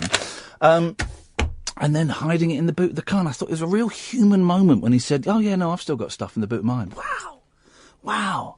Isn't that incredible? Yeah, but the difference these days is it's not the whole car, it's just in the boot of the car. Yeah, exactly. It's not the whole car. But it's it's the secretiveness, the secretive part of addiction, whether that is drugs or sex or alcohol or gambling or spending or buying. And there is a difference between the two things. It's the secretive aspect of it. That's when you know you've got a problem, when you think, oh, I'm having I'm nipping upstairs to have a drink so people don't see me, or I'm having a joint but I'm waiting for everyone to go so they don't see me having another joint, or I'm buying stuff on eBay but I'm having it delivered to work instead of having it delivered to home. So that's the madness of it, the secretive aspect of it. 0344 499 1000. That will go out as a podcast, of course. Hey, Billy Bragg's just tweeted me. Yeah. How's about them apples? We've been trying to get Billy Bragg on for ages, because he's written a brilliant book about skiffle, the history of skiffle, kind of the missing link between 1940s jazz and late 50s rock and roll pop. In this country, anyway. It's a brilliant, brilliant book, and we've been trying to get him for ages, and the press department responsible for the book have gone a bit quiet, as they do. And Kath said, oh, why don't you tweet him? I said, yeah, I'll do it. I said, I'd love to invite you on the show. He said, yeah, I'd love to. Where and when? Wow! This is the thing, because at first, when I the first response I got was, oh yeah, he's really up for it. Yeah. So that's what gave me hope. You never know what's going on with people at the moment. It's still like holidays, people all over the shop. So wow. So Billy Bragg hopefully coming on the show. We've got some great guests. Billy Bragg, Sparks, little Sparks package. Hopefully we'll get to speak to them tomorrow night. Bucks Fizz, all the musical genres. Arlene Phillips, the choreographer. Maybe Herb Alpert. Oh, maybe we're still working on Herb Alpert. Johnny Rogan, who's written some brilliant rock biographies, including a cracking book about Ray Davies of the Kinks. Mark Mason. No, Mark Mason. There's another Mark, the Beatles guy, who's written, who's planning to write 3 volumes on the Beatles. The first volume only goes up to 1962, and it's 600 pages. It's great. There's an expanded version that goes up to 800 pages, and I've just downloaded the audiobook version of that. Do you know how long it lasts for? 43 hours. What? 43 hours. No, you've got to start counting that in days at that point. It's 2 days. 2 days. 2 days worth of book. Wow. He's coming on. And I tell you what we'll do Monday. do Monday is we'll do another little thing on Twitter at about sort of 6, 7 o'clock when we get in from work, just asking for suggestions. Because last time we had some really, really good suggestions. And we love those, but please don't at the person in it, because that can get a little bit awkward. That's the worst thing. Don't ever at the person, because if we don't like them, it becomes very, very tense. Very, very tense. Look, Rocky's getting very upset on Twitter. You astound me. He's getting very upset on Twitter. He's called me out saying Elvis Presley recorded That's All Right Mama 5th of July 1954. Donegan's track's not until 56, 57. Please get it right. So I corrected him. I double-checked it, because, if I get called out on something, I know stuff, but if I get called out, I like to double-check it. So I double-checked it. And he says Presley's song was recorded in 5th of July 1954. Donegan's Rock Island Line, which was the first skiffle hit, probably the first skiffle record, was July 1954. So I said that to him and said, please get it right. You may know all things 60s, 70s, 80s on, but anything pre-1962, it's not your thing. I've been 50s rock in DJ for 40 years. I know my stuff. Well, you were wrong there. Then he's got to own it. Listen to this. You're right about Rock Island Line. Not as good as the rockabilly version by Johnny Cash. I wasn't comparing versions. I was saying... It was a throwaway comment that the same week, certainly the same month, I'm confident it was the same week, that Elvis Presley recorded That's All Right Mama, his first single. Donegan was recording Rock Island Line. That's all I said. And on that bombshell, gentlemen, please, can we roll up our measuring tapes? Because if you want, I'll get mine out, and it's bigger than both. Let's see who it is. Hello, what's your name? Latiz. Hello. Hello, what is your name? My name is Latif. Latif. Hello, Latif. Yeah. Hello. How are you doing today? Doing very, very well, sir. What can you do for it? What are you going to bring to the late night alternative tonight? I actually don't know, because I was listening to your conversations, and I was on Periscope before I came on here, and somebody told me I should come here and promote my stuff. Yeah. And I'm a chef. I'm a chef and I bake.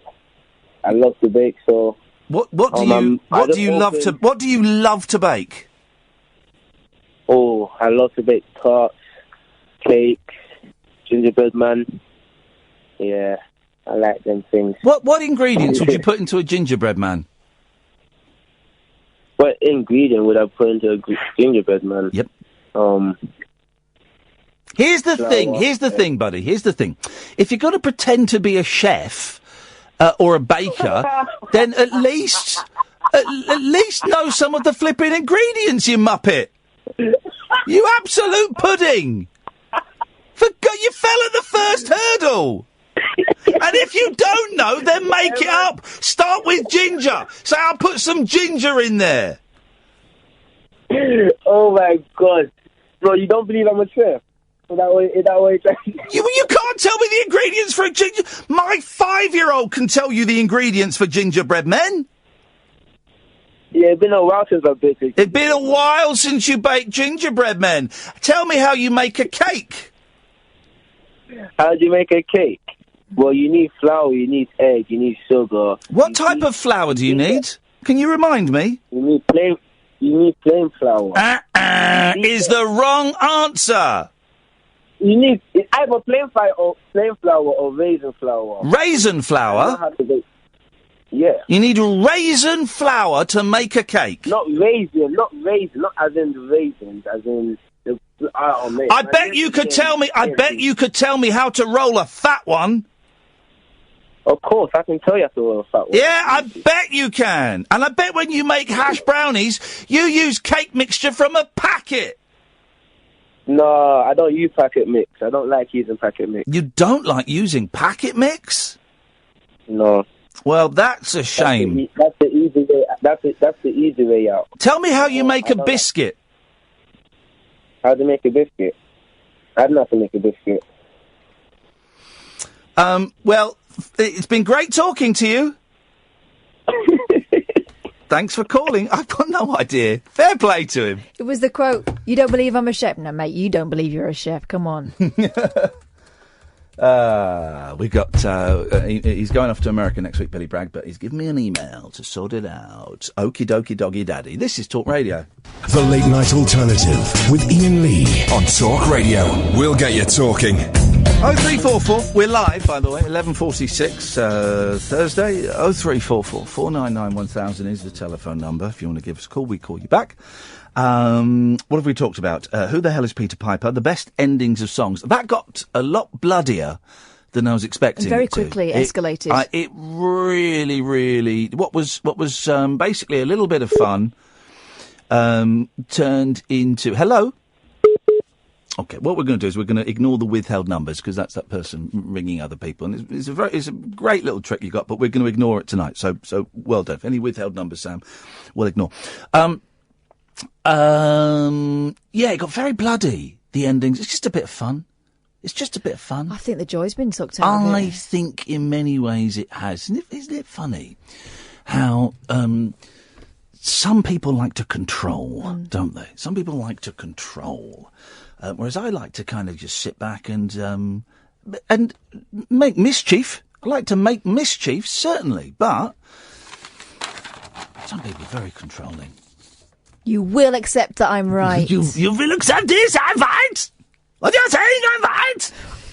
Don't know what accent that is. I don't know. It's vaguely German-esque, yes. But... you will accept it! It's all right!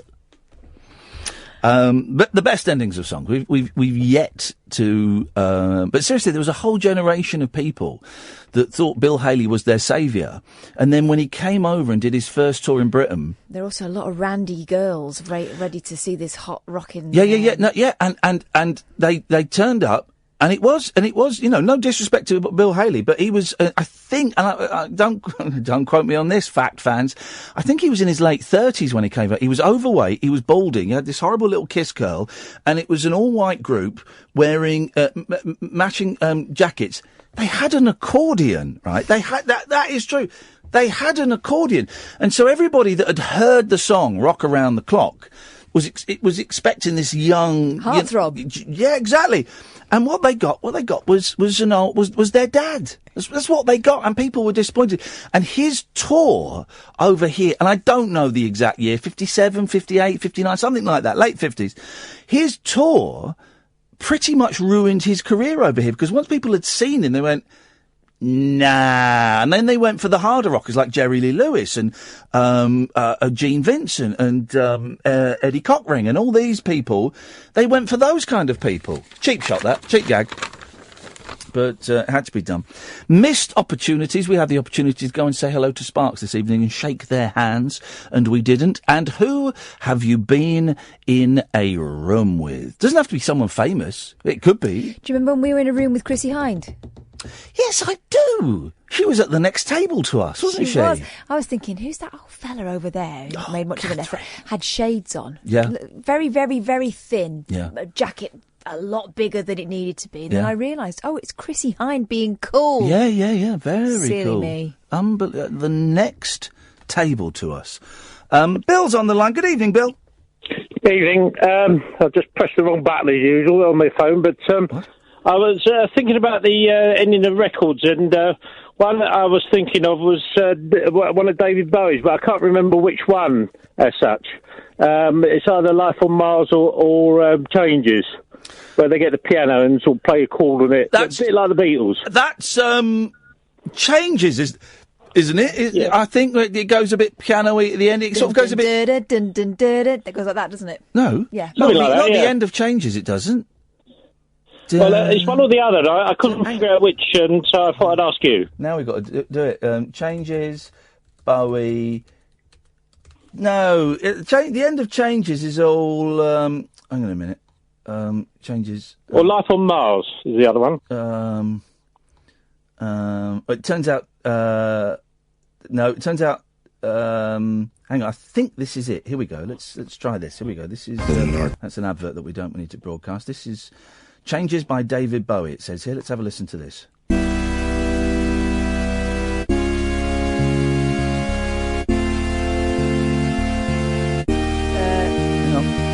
It's not the way I'm thinking of, but still.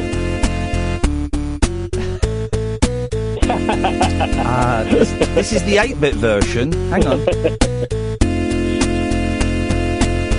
I watched the Egyptians change the lands.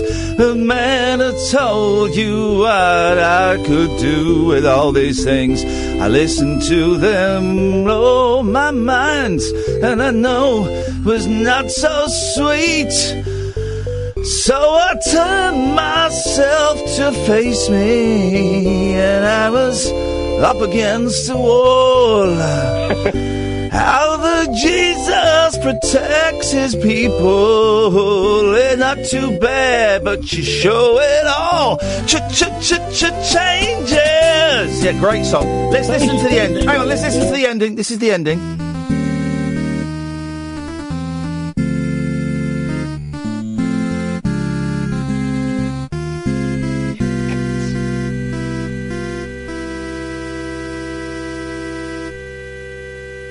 I'll give you that. That's actually better than that's better than "She Loves You" by the Beatles. Bill, you've got that.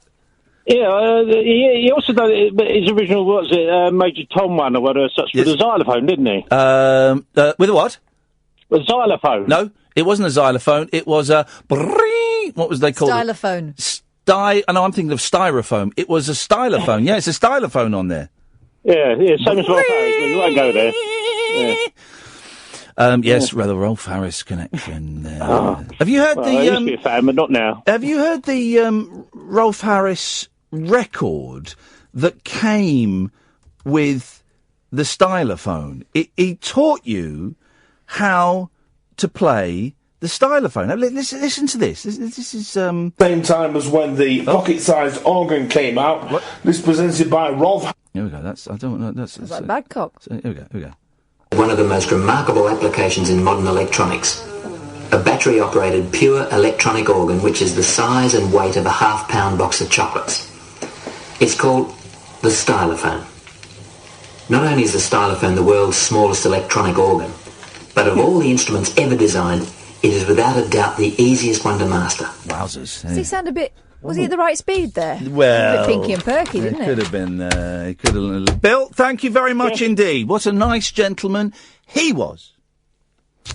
0344 499 1000 is the telephone number if you want to give us a call. We'll dive into the papers. The dude who's doing the phoning through to other people, we're not. It comes up on the screen as a withheld number. We're not going to answer the withheld number, so I'd save yourself. I'd save yourself the hassle. It was a lot of fun yesterday. We're not going to go there tonight. So I can see you ringing through. Save yourself the hassle. That's all I'm going to say, guys. We should dive into the papers, but I don't really want to do it now because we've only got a few minutes before the news, and it would seem a waste to do one of the stories, and then so I don't know what to do for the next 2.5 minutes. I wonder. I wonder how long is that? No, that's too long. Don't know what to do, Kath. Well, I'm open for suggestions, just to get us up to the stop saying the top of the hour, you absolute pudding. Just to get up to the news. Just to get us, just to fill in the next 2 minutes. Okay. That's all I want to do. Okay, let's think. I need a holiday. That's what I need. I do. I've just come back. You just had one. I know, but it wasn't really a proper one. I might go on my own. I might take a week off. I can't really afford to at the moment. I'm a little bit, a little bit brassic at the moment. So taking a week off means, right, you lose the money, no play, no pay, so you lose that money. Then if I go away, you're paying for someone, so that's double money loss. Which is why I was never good at relaxing, you see. That's my curse. Don't talk to me about money loss because I've yet again scuppered my car. Why would I do that? Why would I do that to myself again? When she says scuppered, she means she has scraped it. Yeah, the bumper. She has. When did cars start doing fancy bumpers that had nice paintwork like the rest of the car? Why can't you just do a rubber one? There's a tweet here. Hi, how often do you do your shows? I'm Kirsty from Periscope. Do I know Kirsty from Periscope? Don't know. Everything's gone a bit weird. There's a strange... We're on the tail end of a full moon, so everything's a little bit strange at the moment. I don't know. Are you feeling a strange vibe? Yeah. I'm struggling a bit at the moment. I've no qualm saying that. I'm struggling mentally at the moment. The last couple of days have been... Yeah, but you're also knackered. You're working so hard. Stick it up your bum! Oh! Well, I won't be working quite so hard in a few weeks, but that's by the by. I tell you what we're going to do, guys, is we're going to have a break. Then you'll hear the news. Then when we come back, last hour of the show, bishy bashy boshy. Giggle Factory. The Giggle Factory is going to be open. It's going to be open, and we are going to rock the Casbah. The telephone number, now would be a good time to call in. We've got no calls lined up. The telephone number, 0344 499 1000. 0344 499 1000. Sam will call you back. It will cost you pennies if it costs you anything at all. My name is Iain Lee. She is Catherine Boyle. This is the Late Night Alternative on Talk Radio. The Late Night Alternative with Iain Lee on Talk Radio. We have ways of making you talk.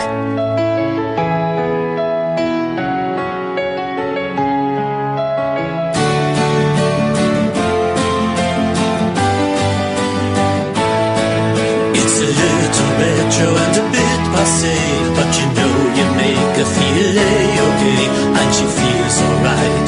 The stars are bright, the missionary position, and the acrobats, well, they tend to stop.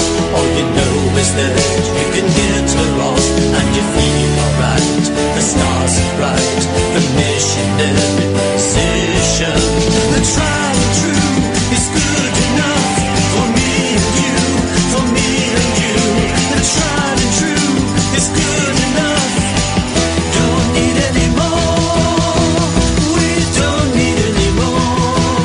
A rebranding effort might just be the thing, but a name's a name and we're continuing.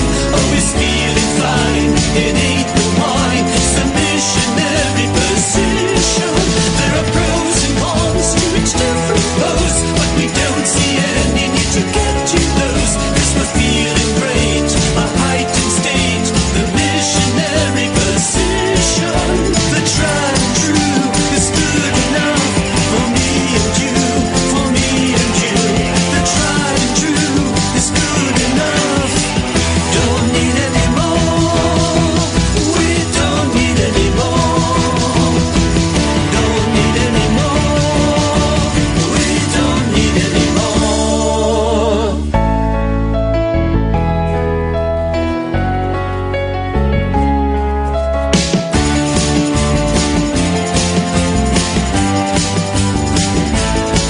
You might have positions you can recommend, but I don't know if we'll ever get you there, 'cause we feel alright.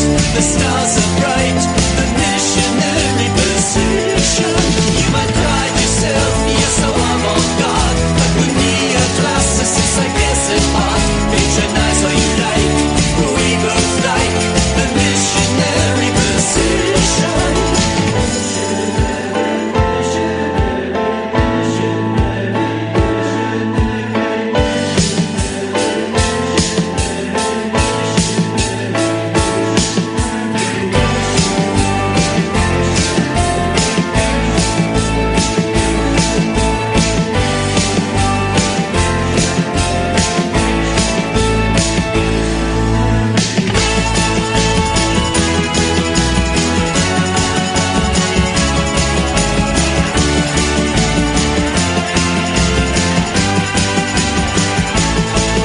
It's a private matter as to frequency, but we both are smiling as you well can see. And it ain't no joke, it ain't the rope, it's the missionary position. It's a little retro and a bit passé, but you know you make the feel okay, and you feel so right. The stars are bright, the missionary position.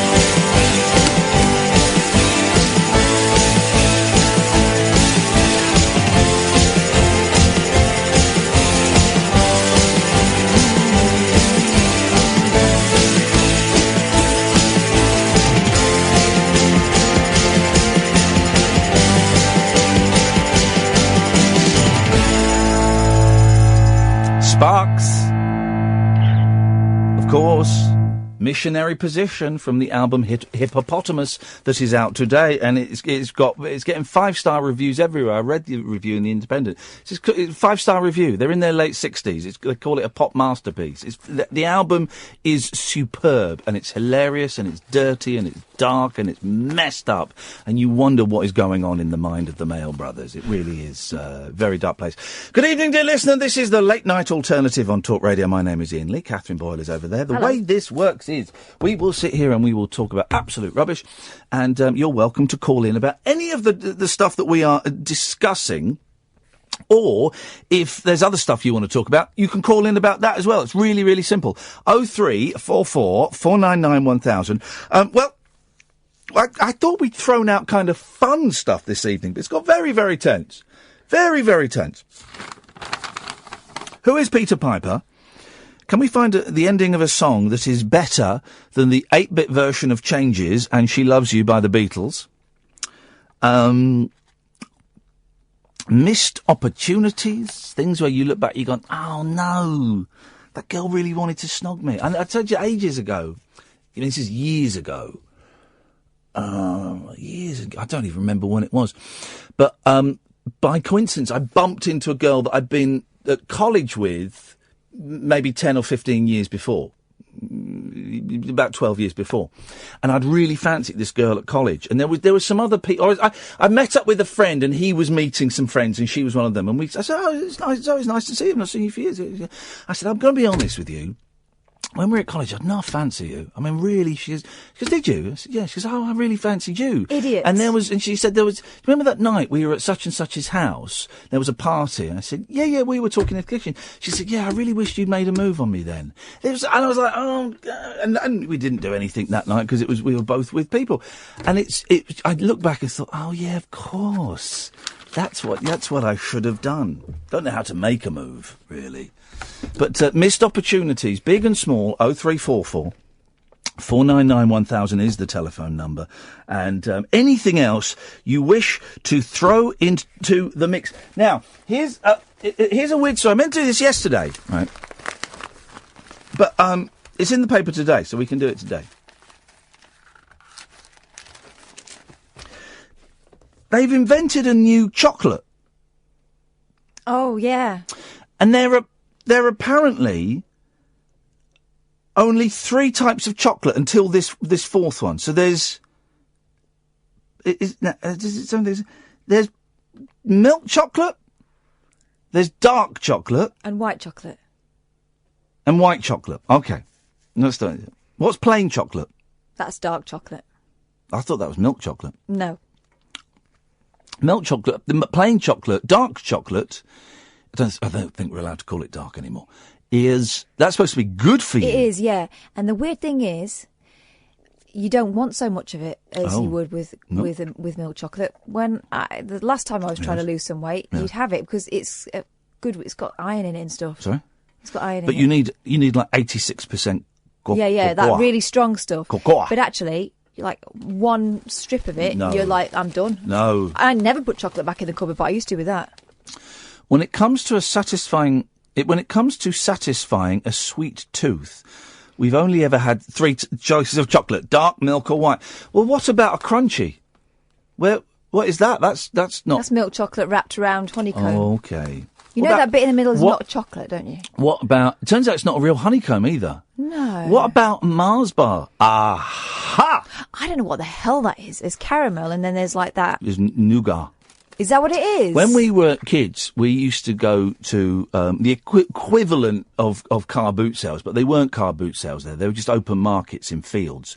And we'd buy a big bag of honeycomb. Big bag. My dad would always buy cheap chocolate buttons, like the cheap... Dusty. Yeah, they were a bit nuts. They had like the sprinkles on, the coloured sprinkles, but they Jazzies. What? They're called Jazzies. No, they weren't. Yeah, they were. But they never tasted like proper ones. No, they tasted like dog chocolate. My whole life, my whole childhood was a string of disappointments from the market. So was mine. For Christmas, the remote control car from the market. When those Game and Watch games, came out, we had a Game and Watch game from the market. Absolute rubbish. My granddad Joe, bless him, used to always bring me presents from the market or sweets from the market. And it would never just be like a small bag of sweets. It would be a big jar of like slightly, like the cola bottles that they didn't quite bounce back the right way. You just sank your teeth into them and your teeth stayed there. Or like... my mouth is actually... we don't normally do old sweets, but my mouth is watering. Dusty chocolate. Yeah. Cinder toffee is what it was called, that stuff, like honeycomb. No, that's different to honeycomb. Well, cinder toffee had chocolate around the outside. Yeah, no, this was just just a bag of pure honeycomb. Wow. It was incredible. Of course, the greatest sweet of all time is milk bottles. Anyway, we're not doing that. Can I just do one more? Yep. Once, when I was going away on a school trip, my granddad bought me from the market a travel hairdryer. Oh yeah. As soon as I plugged it in Normandy, exploded. Of course it did, guys. If you want, you're more than welcome to phone in with your market stories. The 70s and most of the 80s were just market crap. And my mum was quite a snob, so she didn't really... She wanted to buy stuff from Marks and Spencer's, but my dad was a wide boy, so we'd just get crap from the market. My Auntie Linda, she's not the auntie that you met. My Auntie Linda will tell you, I might have been with her. I was with one of my aunties at Salford Market, and apparently I went up to a man and asked him if he was my dad. Wow. His response? I don't know, it was your mum. Here we go. This is interesting. Andy says this is the most Partridge thing ever. This is interesting. Andy asked a good question. Is Caramac chocolate? No. But for the first time since Nestle brought white into the mix, white chocolate's only 80 years old. Is it now? It's only 80 years old. Confectioners claim to have invented a fourth type. I'm amazed there are only 3 types of chocolate. They've invented Ruby.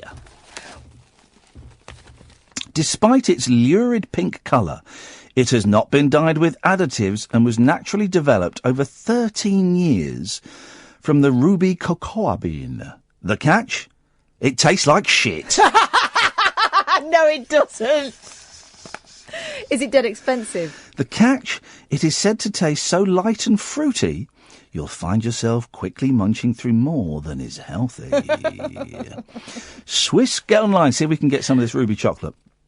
Right, Swiss creators... You realise, of course, this is the plan for them. Hope ruby chocolate will be a hedonistic hit with an Instagram generation obsessed with sharing snaps of their food. The world's largest cocoa processor, and I'm enjoying saying cocoa because I know it's winding people up at home, says it offers a totally new taste experience. Neither bitter, milky, nor sweet, but a tension between berry fruitiness and luscious smoothness. I bet it's rank. I don't think you can buy it yet. The chocolate, which was unveiled at an event in Shanghai, Orient City, this week has already received the thumbs up from British taste testers. It's thought ruby chocolate could hit shops within 6 months, and it's expected to be marketed as a pricey gourmet option. Barry Calabout, the chief chef, says, it's natural, it's colourful, it's hedonistic.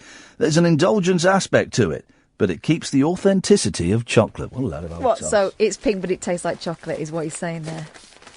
So how can there... Oh, I'm so good. What about a Twix? How can there only be 3 types of chocolate? There's got to be more than 3 types. Well, actually, I would argue that you get the marbled effect on, like on them...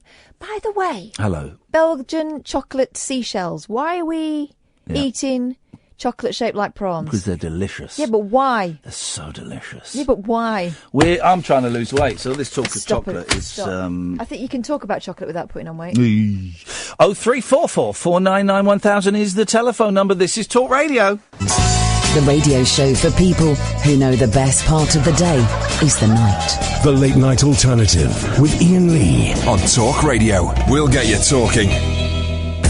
0344 499 1000, although, let's be honest, the trail's gone cold. I do wonder... Production meeting, guys? Production meeting? Guys, production meeting. I do... We have been playing around with where we put the pre-recorded interviews in the show. Because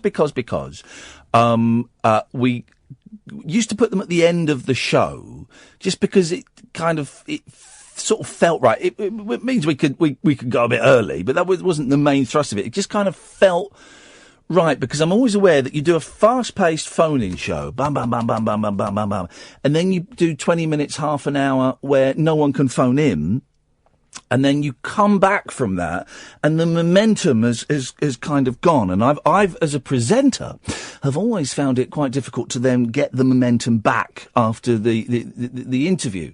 And then we kind of thought, well, we get more listeners at 11 o'clock than we get in the last hour, obviously. So some of the guests have been belting. Some of them have been brilliant, and I felt it was slightly disrespectful to put them at the end of the show because I felt a lot of them were getting missed. Even though we always put them out as a podcast, I felt a lot of them were getting missed, and the casual listener doesn't download the podcast, you know. So we'll put them somewhere where there's more prominence. And so we've been putting them at 11 o'clock, and we've tried a couple of times as well, having the interviews going over 2 evenings, like we did with Chaz Hodges. We had it on Monday and Tuesday. And I genuinely don't know. I genuinely don't know what works best for the show. We're going to try... we've got some sort of longer interviews coming up, and we're going to try putting them at the start of the show in a couple of weeks to see how that works, to see if that... but I don't know if that...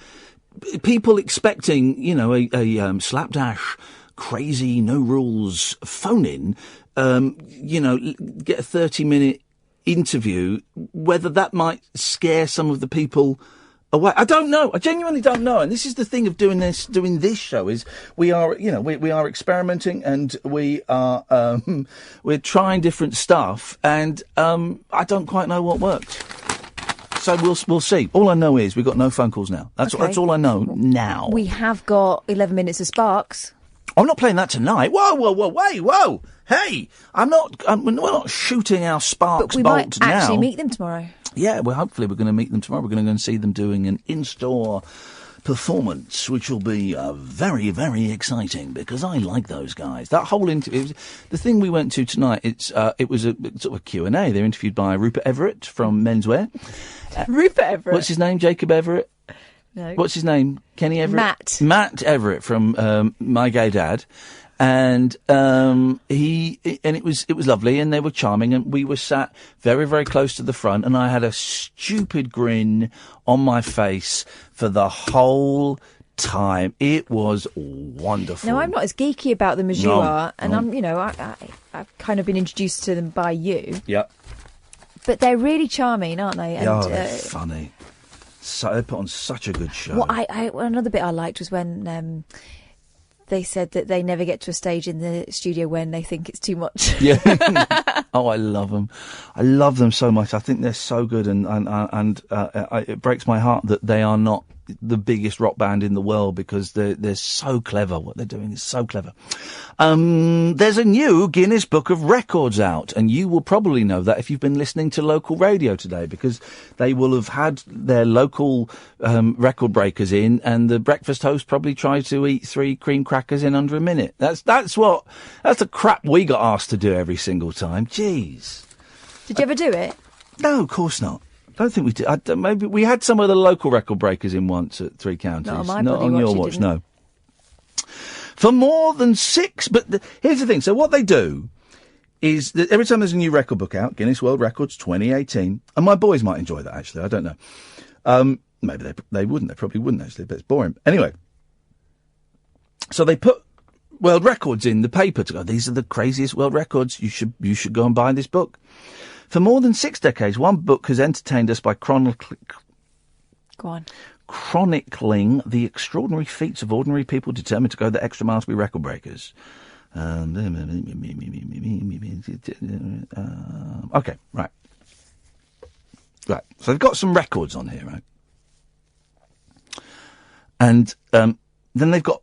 Right, listen to this world record that's in the Guinness Book of World Records, right? First man with an antenna implanted in his head. What? That's not a record. The first... If you like... That's just crazy ways to mutilate yourself. Well, in that case, is the first man to climb Ben Nevis a record?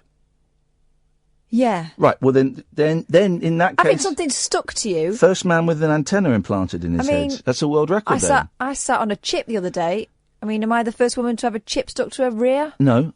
No. But if I was, would I go in the book? Well, let's look in the book and see who it was. The first man, because there'll be someone who's got an antenna implantation. Why can't I speak? I do think something's gone wrong with my brain. There'll be someone who's got it booked in tomorrow, and they'll see that go, oh no, we'll cancel it. We'll lose our deposit. But colourblind Neil Harbison, 33, looks a bit like Mackenzie. Don't tell Mackenzie I said that, actually, because he's... had the antenna fitted to convert light into sound waves. Oh. So he can hear colours as musical notes. Oh. The UK-born artist, now of New York, can also receive phone calls. So he would hear it in his head. He would hear the phone call in his head. Gosh. In his head. Like voices, you know the voice. Who's the voice inside your head? Usually, the narrator, your daily narrator. I'm not sure I have a voice. I think more in paragraphs. Well, someone must be reading those paragraphs. Who's the audiobook in your head then? My narrator is generally, it's me. I think it's me. But if it's my critical narrator, it's a bloke I went to college with, who I was in a band with, and ultimately I fell out because I realised actually he was quite a bully. Yeah. And he's still my critical voice. Like, I mean, I've not spoken to him in 13 years, and I've not really seen him on a regular basis since I got on telly, because he didn't like the show I was doing. So for about 20 years. But he's still my critical narrator. Oh, mine, yeah, you know mine is. Who? My dad. Oh, he's got some deep shiz going on there. No, just he's that sort of, he's the one. Now, these are proper records. Oh, yes, look at this. Look at this, you dirty, dirty little thing. World's longest eyelashes. Have a guess. They're not mine. An inch? Longer. No, shut up. They're not real. 4.9 inches. What? That's... Yu Jiangji of Jiangsu, China. Is there a picture?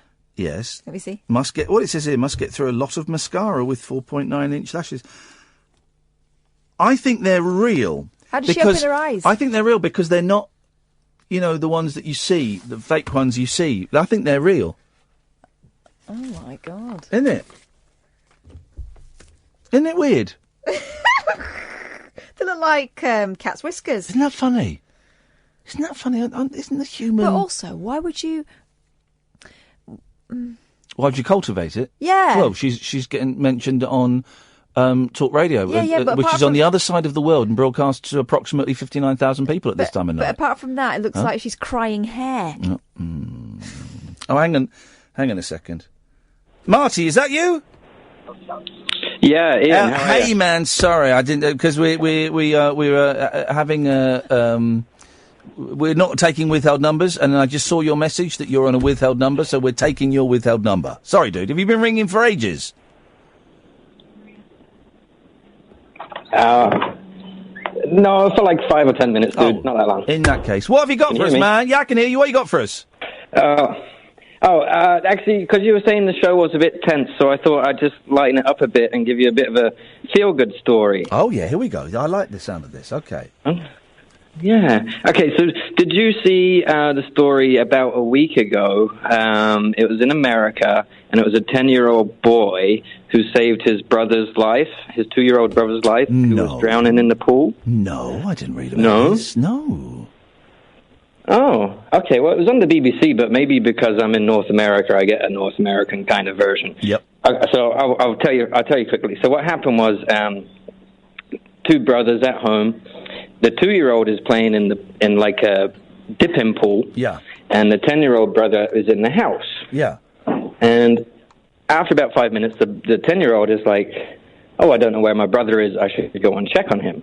So he runs out into the garden and unfortunately finds his 2-year-old brother face down in the pool. Aye. And yeah, Not good, dude. Not good, man. However, the kid, it turns out, is a bit of a superhero. He turned his brother over, put him in the recovery position, and started giving him CPR. Wowzers. And he actually managed to bring him back to life. And the long, convoluted story here is, how did this 10-year-old kid know CPR? Yeah. He picked it up from watching a film called San Andreas that The Rock was in. Hey, that's a great movie! San Andreas fault collapses and he's flying a helicopter. And then he drives a boat through a building, if I remember it correctly. It's a great movie, San Andreas. He learned to save his 2-year-old brother's life by watching The Rock in San Andreas. Well, here's the thing. He shouldn't have been watching that film because it's not suitable for 10 years old. But that brings us to an ethical thing. If he hadn't watched it, his brother would be dead. Ah! Exactly. And wait for this. This isn't where the story ends. Oh, go on. There's more. There's more to this. So The Rock finds out and sends the little guy and kills them both. Instagram message or a Facebook message or a Twitter message. Sends him a little.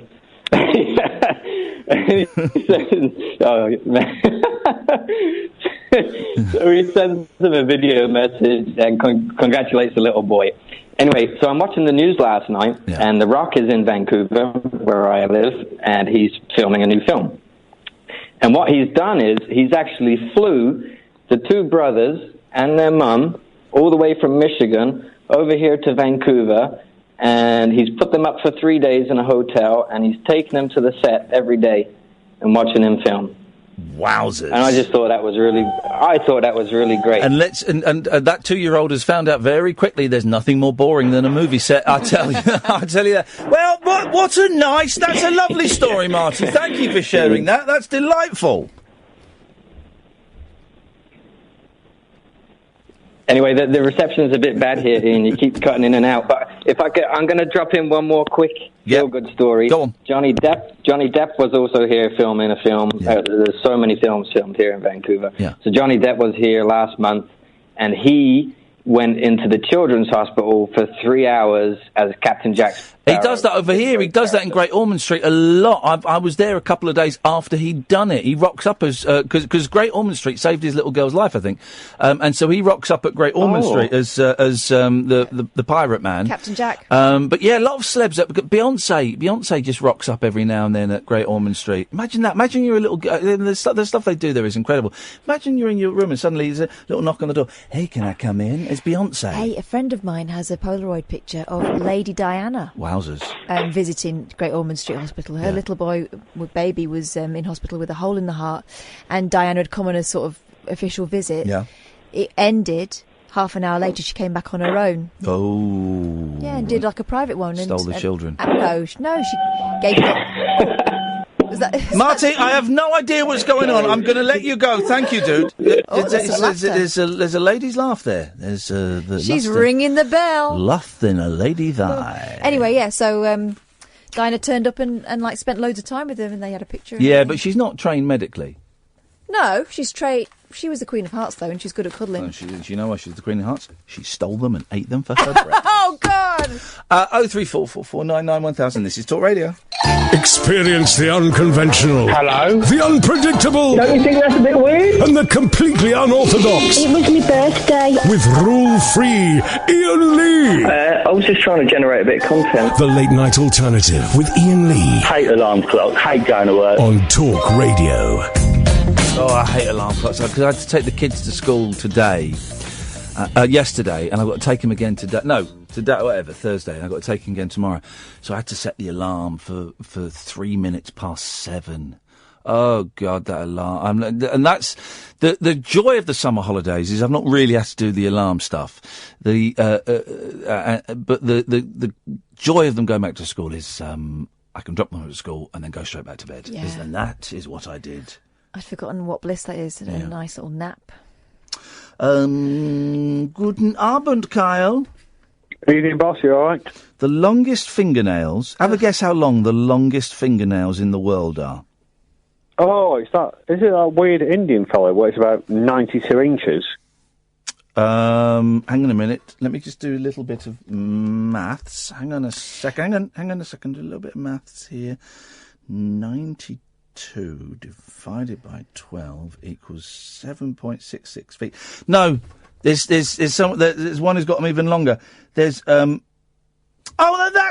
that's a cop out. It says the combined measurement of her nails. Ooh. Well, that's why would you combine? You measure all of them, and you get the mean, don't you? Well, it says a combined. It says a combined measurement of 18.9 feet, but that's not true. It's disgusting, right? They always look like quavers, don't they? They're cheesy things. And how do they look after themselves? How do they wipe their bums? Yes. How do they wipe their bums? She must have a stick with a sponge on. Yeah, like the Romans. Listen to this. This is stupid, right, Kyle? The most slam dunks by a rabbit. What? It's a rabbit playing netball, basketball. Holland Lop Binney netted 7 in a minute after being trained by LA-based owner Twatty Idiot. You can't say that. That's his name. It's actually the name. Okay. Breaking Records once gave TV host Roy Castle something to blow his trumpet about. Oh, yeah. Because they took hours of dedication. People are still as keen as mustard to get into the record book. Where's this going? Like German Andre Ortolf, who downed 416 grams of the stuff, I guess they mean mustard, in 30 seconds. But these days you don't need feats of endurance, you just need to sew an appendage on your head. What's the weird snidey comment? I mean, the longest cattail is 17.6 inches. Oh. The owner says it grows by about half an inch every month. And the world's longest legs belong to a Russian lady. They're 52 inches long. I mean... Why are you finding this? These are in all the newspapers today, because the Guinness Book of Records got the best PR department, because every year they get in all of the papers with their rubbish... But most slam dunks by a rabbit. Do me a favour, for crying out loud. Makes me want. Oh, you know who's on the show tomorrow night? I've forgotten.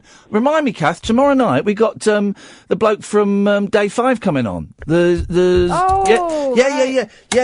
I wonder if he sent me a phone number. Yeah, Jesse Boyd is coming on from Day 5. This brilliant TV programme, Carl, that I found is excellent. Right?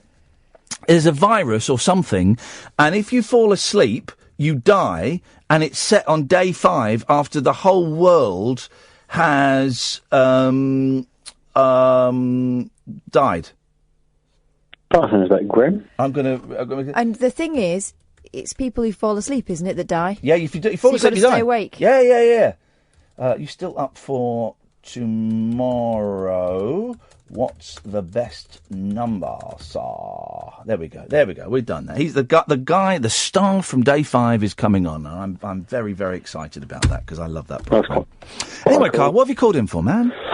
Well, I was going to have a go for the best outro for a song, but somebody rang me in the middle. I heard the end of the interview, or the end of the interview that you did before. Yeah. And I'm just worried now that I might have missed my opportunity to get in there with you. Well, here's what we've got so far. We found 2. Okay, we've poo-pooed Bill Haley for being a charlatan. But we've got the Beatles' "She Loves You," the end of "She Loves You," right? Okay. And then we've got the end of the 8-bit version of "Changes" by David Bowie. You don't know it? It goes a bit like this.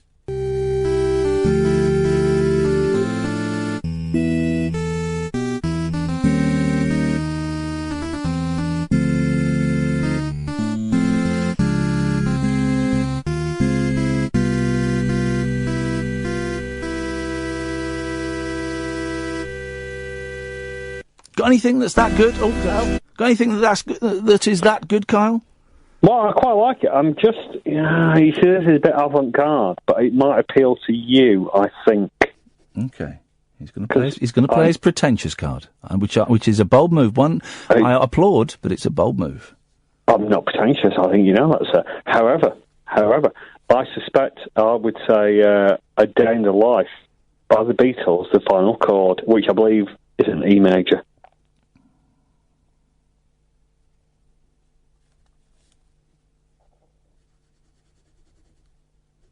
Simplistic, gets the job done. How do you think? What do you think my reaction is to that suggestion? If I know you, I think you would say that's the hands down winner. Carl, what you need to do is you need to put the phone down. Okay. And I want you to have a really long, hard look at yourself in the mirror. Naked. I want you to strip naked. Oh. And I want you to look at yourself hard in the mirror. Stop it. What? Catherine, you're making up. You're the filth one, because I mean he needs to stare at his soul, right? I don't mean he has to get hard. I don't mean he has to get hard. If he is or not, that is not up. Are you hard at the moment, Kyle? Well, I don't think that's up for discussion here. Okay. Oh, he's not denying it. He's not said no, has he? He's not said. A shyer man would have said, no, of course not. He's not said that. And I respect that. I respect that. Well, I just enjoyed the show. However, the E major chord is a sign of heaven. Okay. Go take your clothes off and have a look in the mirror, all right? And we'll speak tomorrow. Thank you, Kyle. Good night. Good night. Didn't say no. Did not say no, did he? Spotted that. 03444991000. This is Talk Radio. Jacked up jive talk for janitors, jazz cats, and gin-soaked boys and girls. Jackamondo.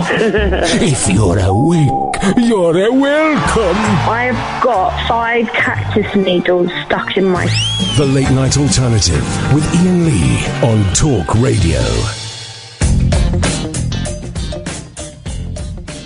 Sexy songs make us feel more sensual by changing our sense of touch, researchers suggest. Horny researchers are suggesting this. It explains why songs by Barry White, Marvin Gaye, or Adele get us in the mood for bonking. No. Scientists have claimed. Participants in the German study said they felt sexy when touched while listening to the music. Surely it's whilst listening to the music. Even when they knew it came from a robot. What, the music or the touch? So someone's playing Barry White and then they get tugged off by a robot. Is this what David Babcock was doing yesterday? I mean, some might call a Hoover a robot. Professor Tom Fritz said, the sexier we perceive music, the sexier we also perceive touch administered simultaneously. Well, Barry White music isn't sexy, really, is it? no, I never got that. No. I never... Marvin Gaye, yes. Well... Yeah, depending on which one it is. Now... Adele, again, no. I mean, it's like having the girl next... No. Oh, I could... no. Yeah. There's a story in the newspaper today, in the Sun. I feel sorry for this bloke. Is this the UK's laziest traffic warden? Oh. A tubby traffic warden, he's a big lad, spent 2 hours in sandwich chain Subway and played on his mobile instead of dishing out fines. Now, here's the thing. If it was an overzealous traffic warden, the story would be, look at this overzealous, what a horrible person. He's a traffic Nazi and he's doing Jobsworth, he loves it. Yeah, he's horrible. But this fella surely this guy should be celebrated as a hero to all those who are tardy parkers, wouldn't it? Angry locals. Really? Is it someone who's tweeted him? Have snapped him resting on a bike rack in a bus stop and against the wall. Have they? He was also seen leaning against a lamppost to read his handheld ticketing device. Well... Residents say they have also caught... Oh, this poor bloke would have turned up for work today and everyone would have been nudging each other as he walked in.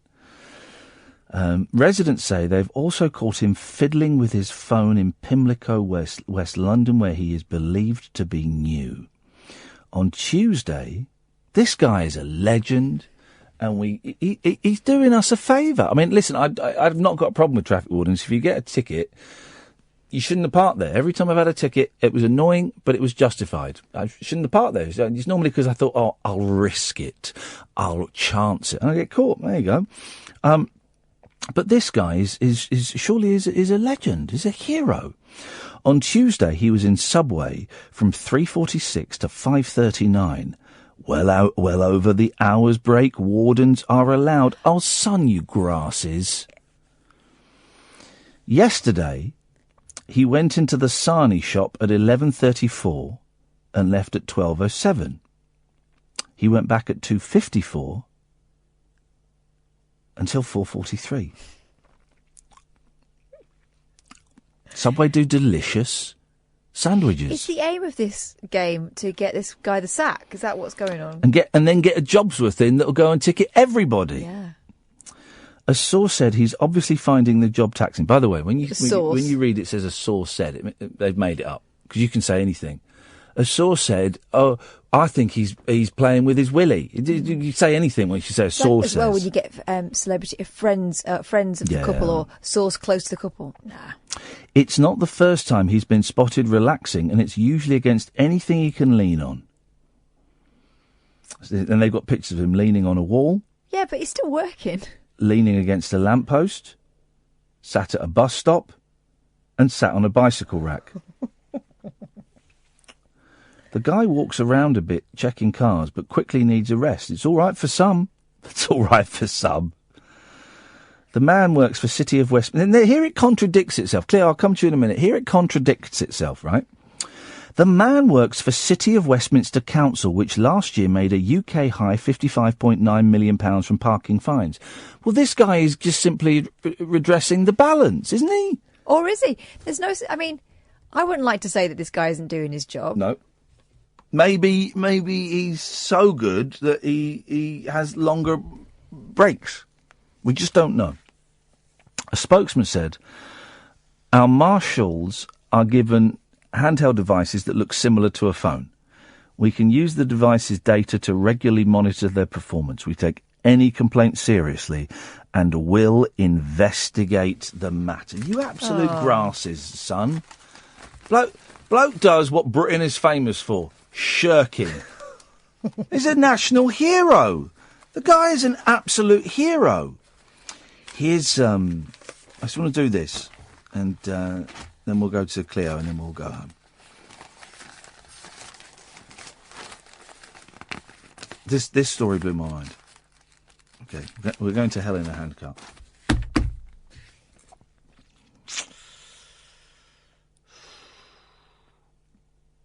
Corrie will launch its 6th weekly episode on a Wednesday night. 6 night. I remember when Coronation Street, I think was it Monday and Wednesday, or was it Tuesday and Thursday? One was EastEnders. Yeah, you could alternate. Yeah, and the other one was Coronation Street. You had 2 nights. I think it's ridiculous. And it shows in the quality, because it's not, the writing isn't as good as it was. The acting isn't as good because it can't be. Because you've got to turn it out, you've got to do it first take. It's going to end up like Argentinian soap operas, because they don't learn their lines anymore. They don't have time to do it. They have earpieces. Oh. They just parrot it. Fans will get 2 helpings of their favourite soap 3 times a week. The first Double Wednesday will launch on September the 20th. It makes Corrie the biggest soap on the box with 6 shows a week. No, it doesn't. It makes it the one that's on the box the most. I mean, it's the biggest or the best. Emmerdale, Hollyoaks isn't a soap. It's a kids' show. Mm. And Neighbours have 5 episodes and EastEnders has 4. Producer Kieran Roberts said yesterday it signifies a massive investment. Corrie boss Kate Oates added, any of the characters can be story drivers. I'm really proud of what we've done. What they need to do is say, we are going to make the bold step of cutting back to 2 episodes a week. Monday and Wednesday, like it used to be, Coronation Street. You know what this is driven by, and it's nothing to do with fueling fans' imaginations or entertaining them or anything like that. It's advertising. Oh, now you're so cynical, It Catherine. totally is. You're so cynical. And I get that. I understand that. Of course I do. Like the X Factor. Yeah. I watched the X Factor over the weekend with the kids. One of the episodes, I think it went on for over an hour. They had 4, maybe 5 singers in it. Well, this is the complaint about New Bake Off, is that it is advert heavy. Mm. This is the concern, you see. Good evening, Cleo. Hello, Elbean. How are you doing? Good, thank you, mate. What you got for us? I've got the end of a great song. Well, no. That's not the phone. No, hang on. I know. Hang on. Be quiet. Shut up. I took a breath. Shut up. I took the breath. Shut up. You said you've got the end of a great song. Well, that's not the phone. That's not the phone in. Catherine, would you like to educate It's him? great song endings. Yes. Which is completely and different. I was taking a breath. Hello. To say I think that's the best ending of a song ever. Okay, so it's Well, the you interjected. Ending. Well, no, but you said the wrong thing. You phoned in. I didn't. I merely breathed. Gentlemen, let's not take this down the rocky road. Okay. Oh, me and Cleo could never fall out. We enjoy these little head-to-heads, and then afterwards we strip off and we lick each other's bodies. Oh, God! Oh. Isn't it? Isn't it, though? No. Isn't it? No. So what's the ending of a great song you've got that's also a great ending that's got to be better than 8-bit changes? Spoiler alert, I don't think this is going to end well. I've got a feeling it's going to be some crappy acid jazz tune, but let's see. No. It's Good Company by Queen from A Night at the Opera. And it's Brian May being a sort of jazz band, but all on guitar. He does all instruments. Brian May being a sort of jazz band, all on guitar. Wow, how could that not be brilliant? What's the song called? Good Company, and it's a jolly song. Oh. Is it jolly? Is it? It's a jolly song. Okay, we're going to listen to this, Cleo. It's brilliant. Well, I'll be the judge of that. It's before Bohemian Rhapsody on. I don't want to know the track listing of the flipping album. Right, I'm going to give this a run up. We're going to have. We're going to have 35 seconds of this, right? Here we go.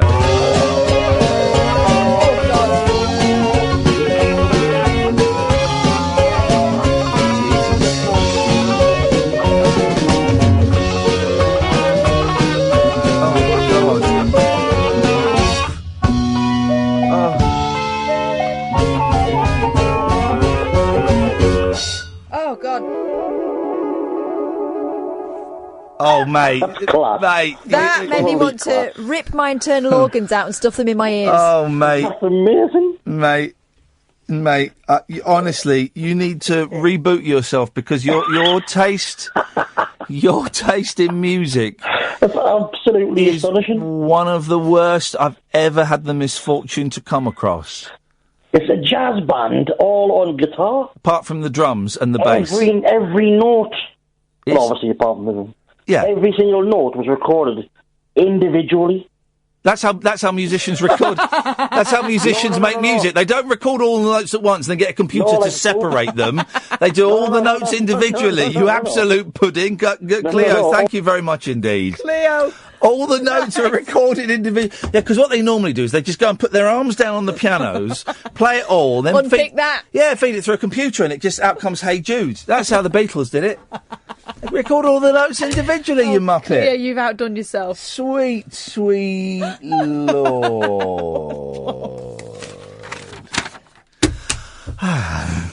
Deary me. We're back tonight at 10. We'll have a bit of Sparks. We'll have a bit of Jessie from Day 5. It's a great show. And more of your phone calls. Thank you, Sam. Thank you, Catherine. Ta-ta.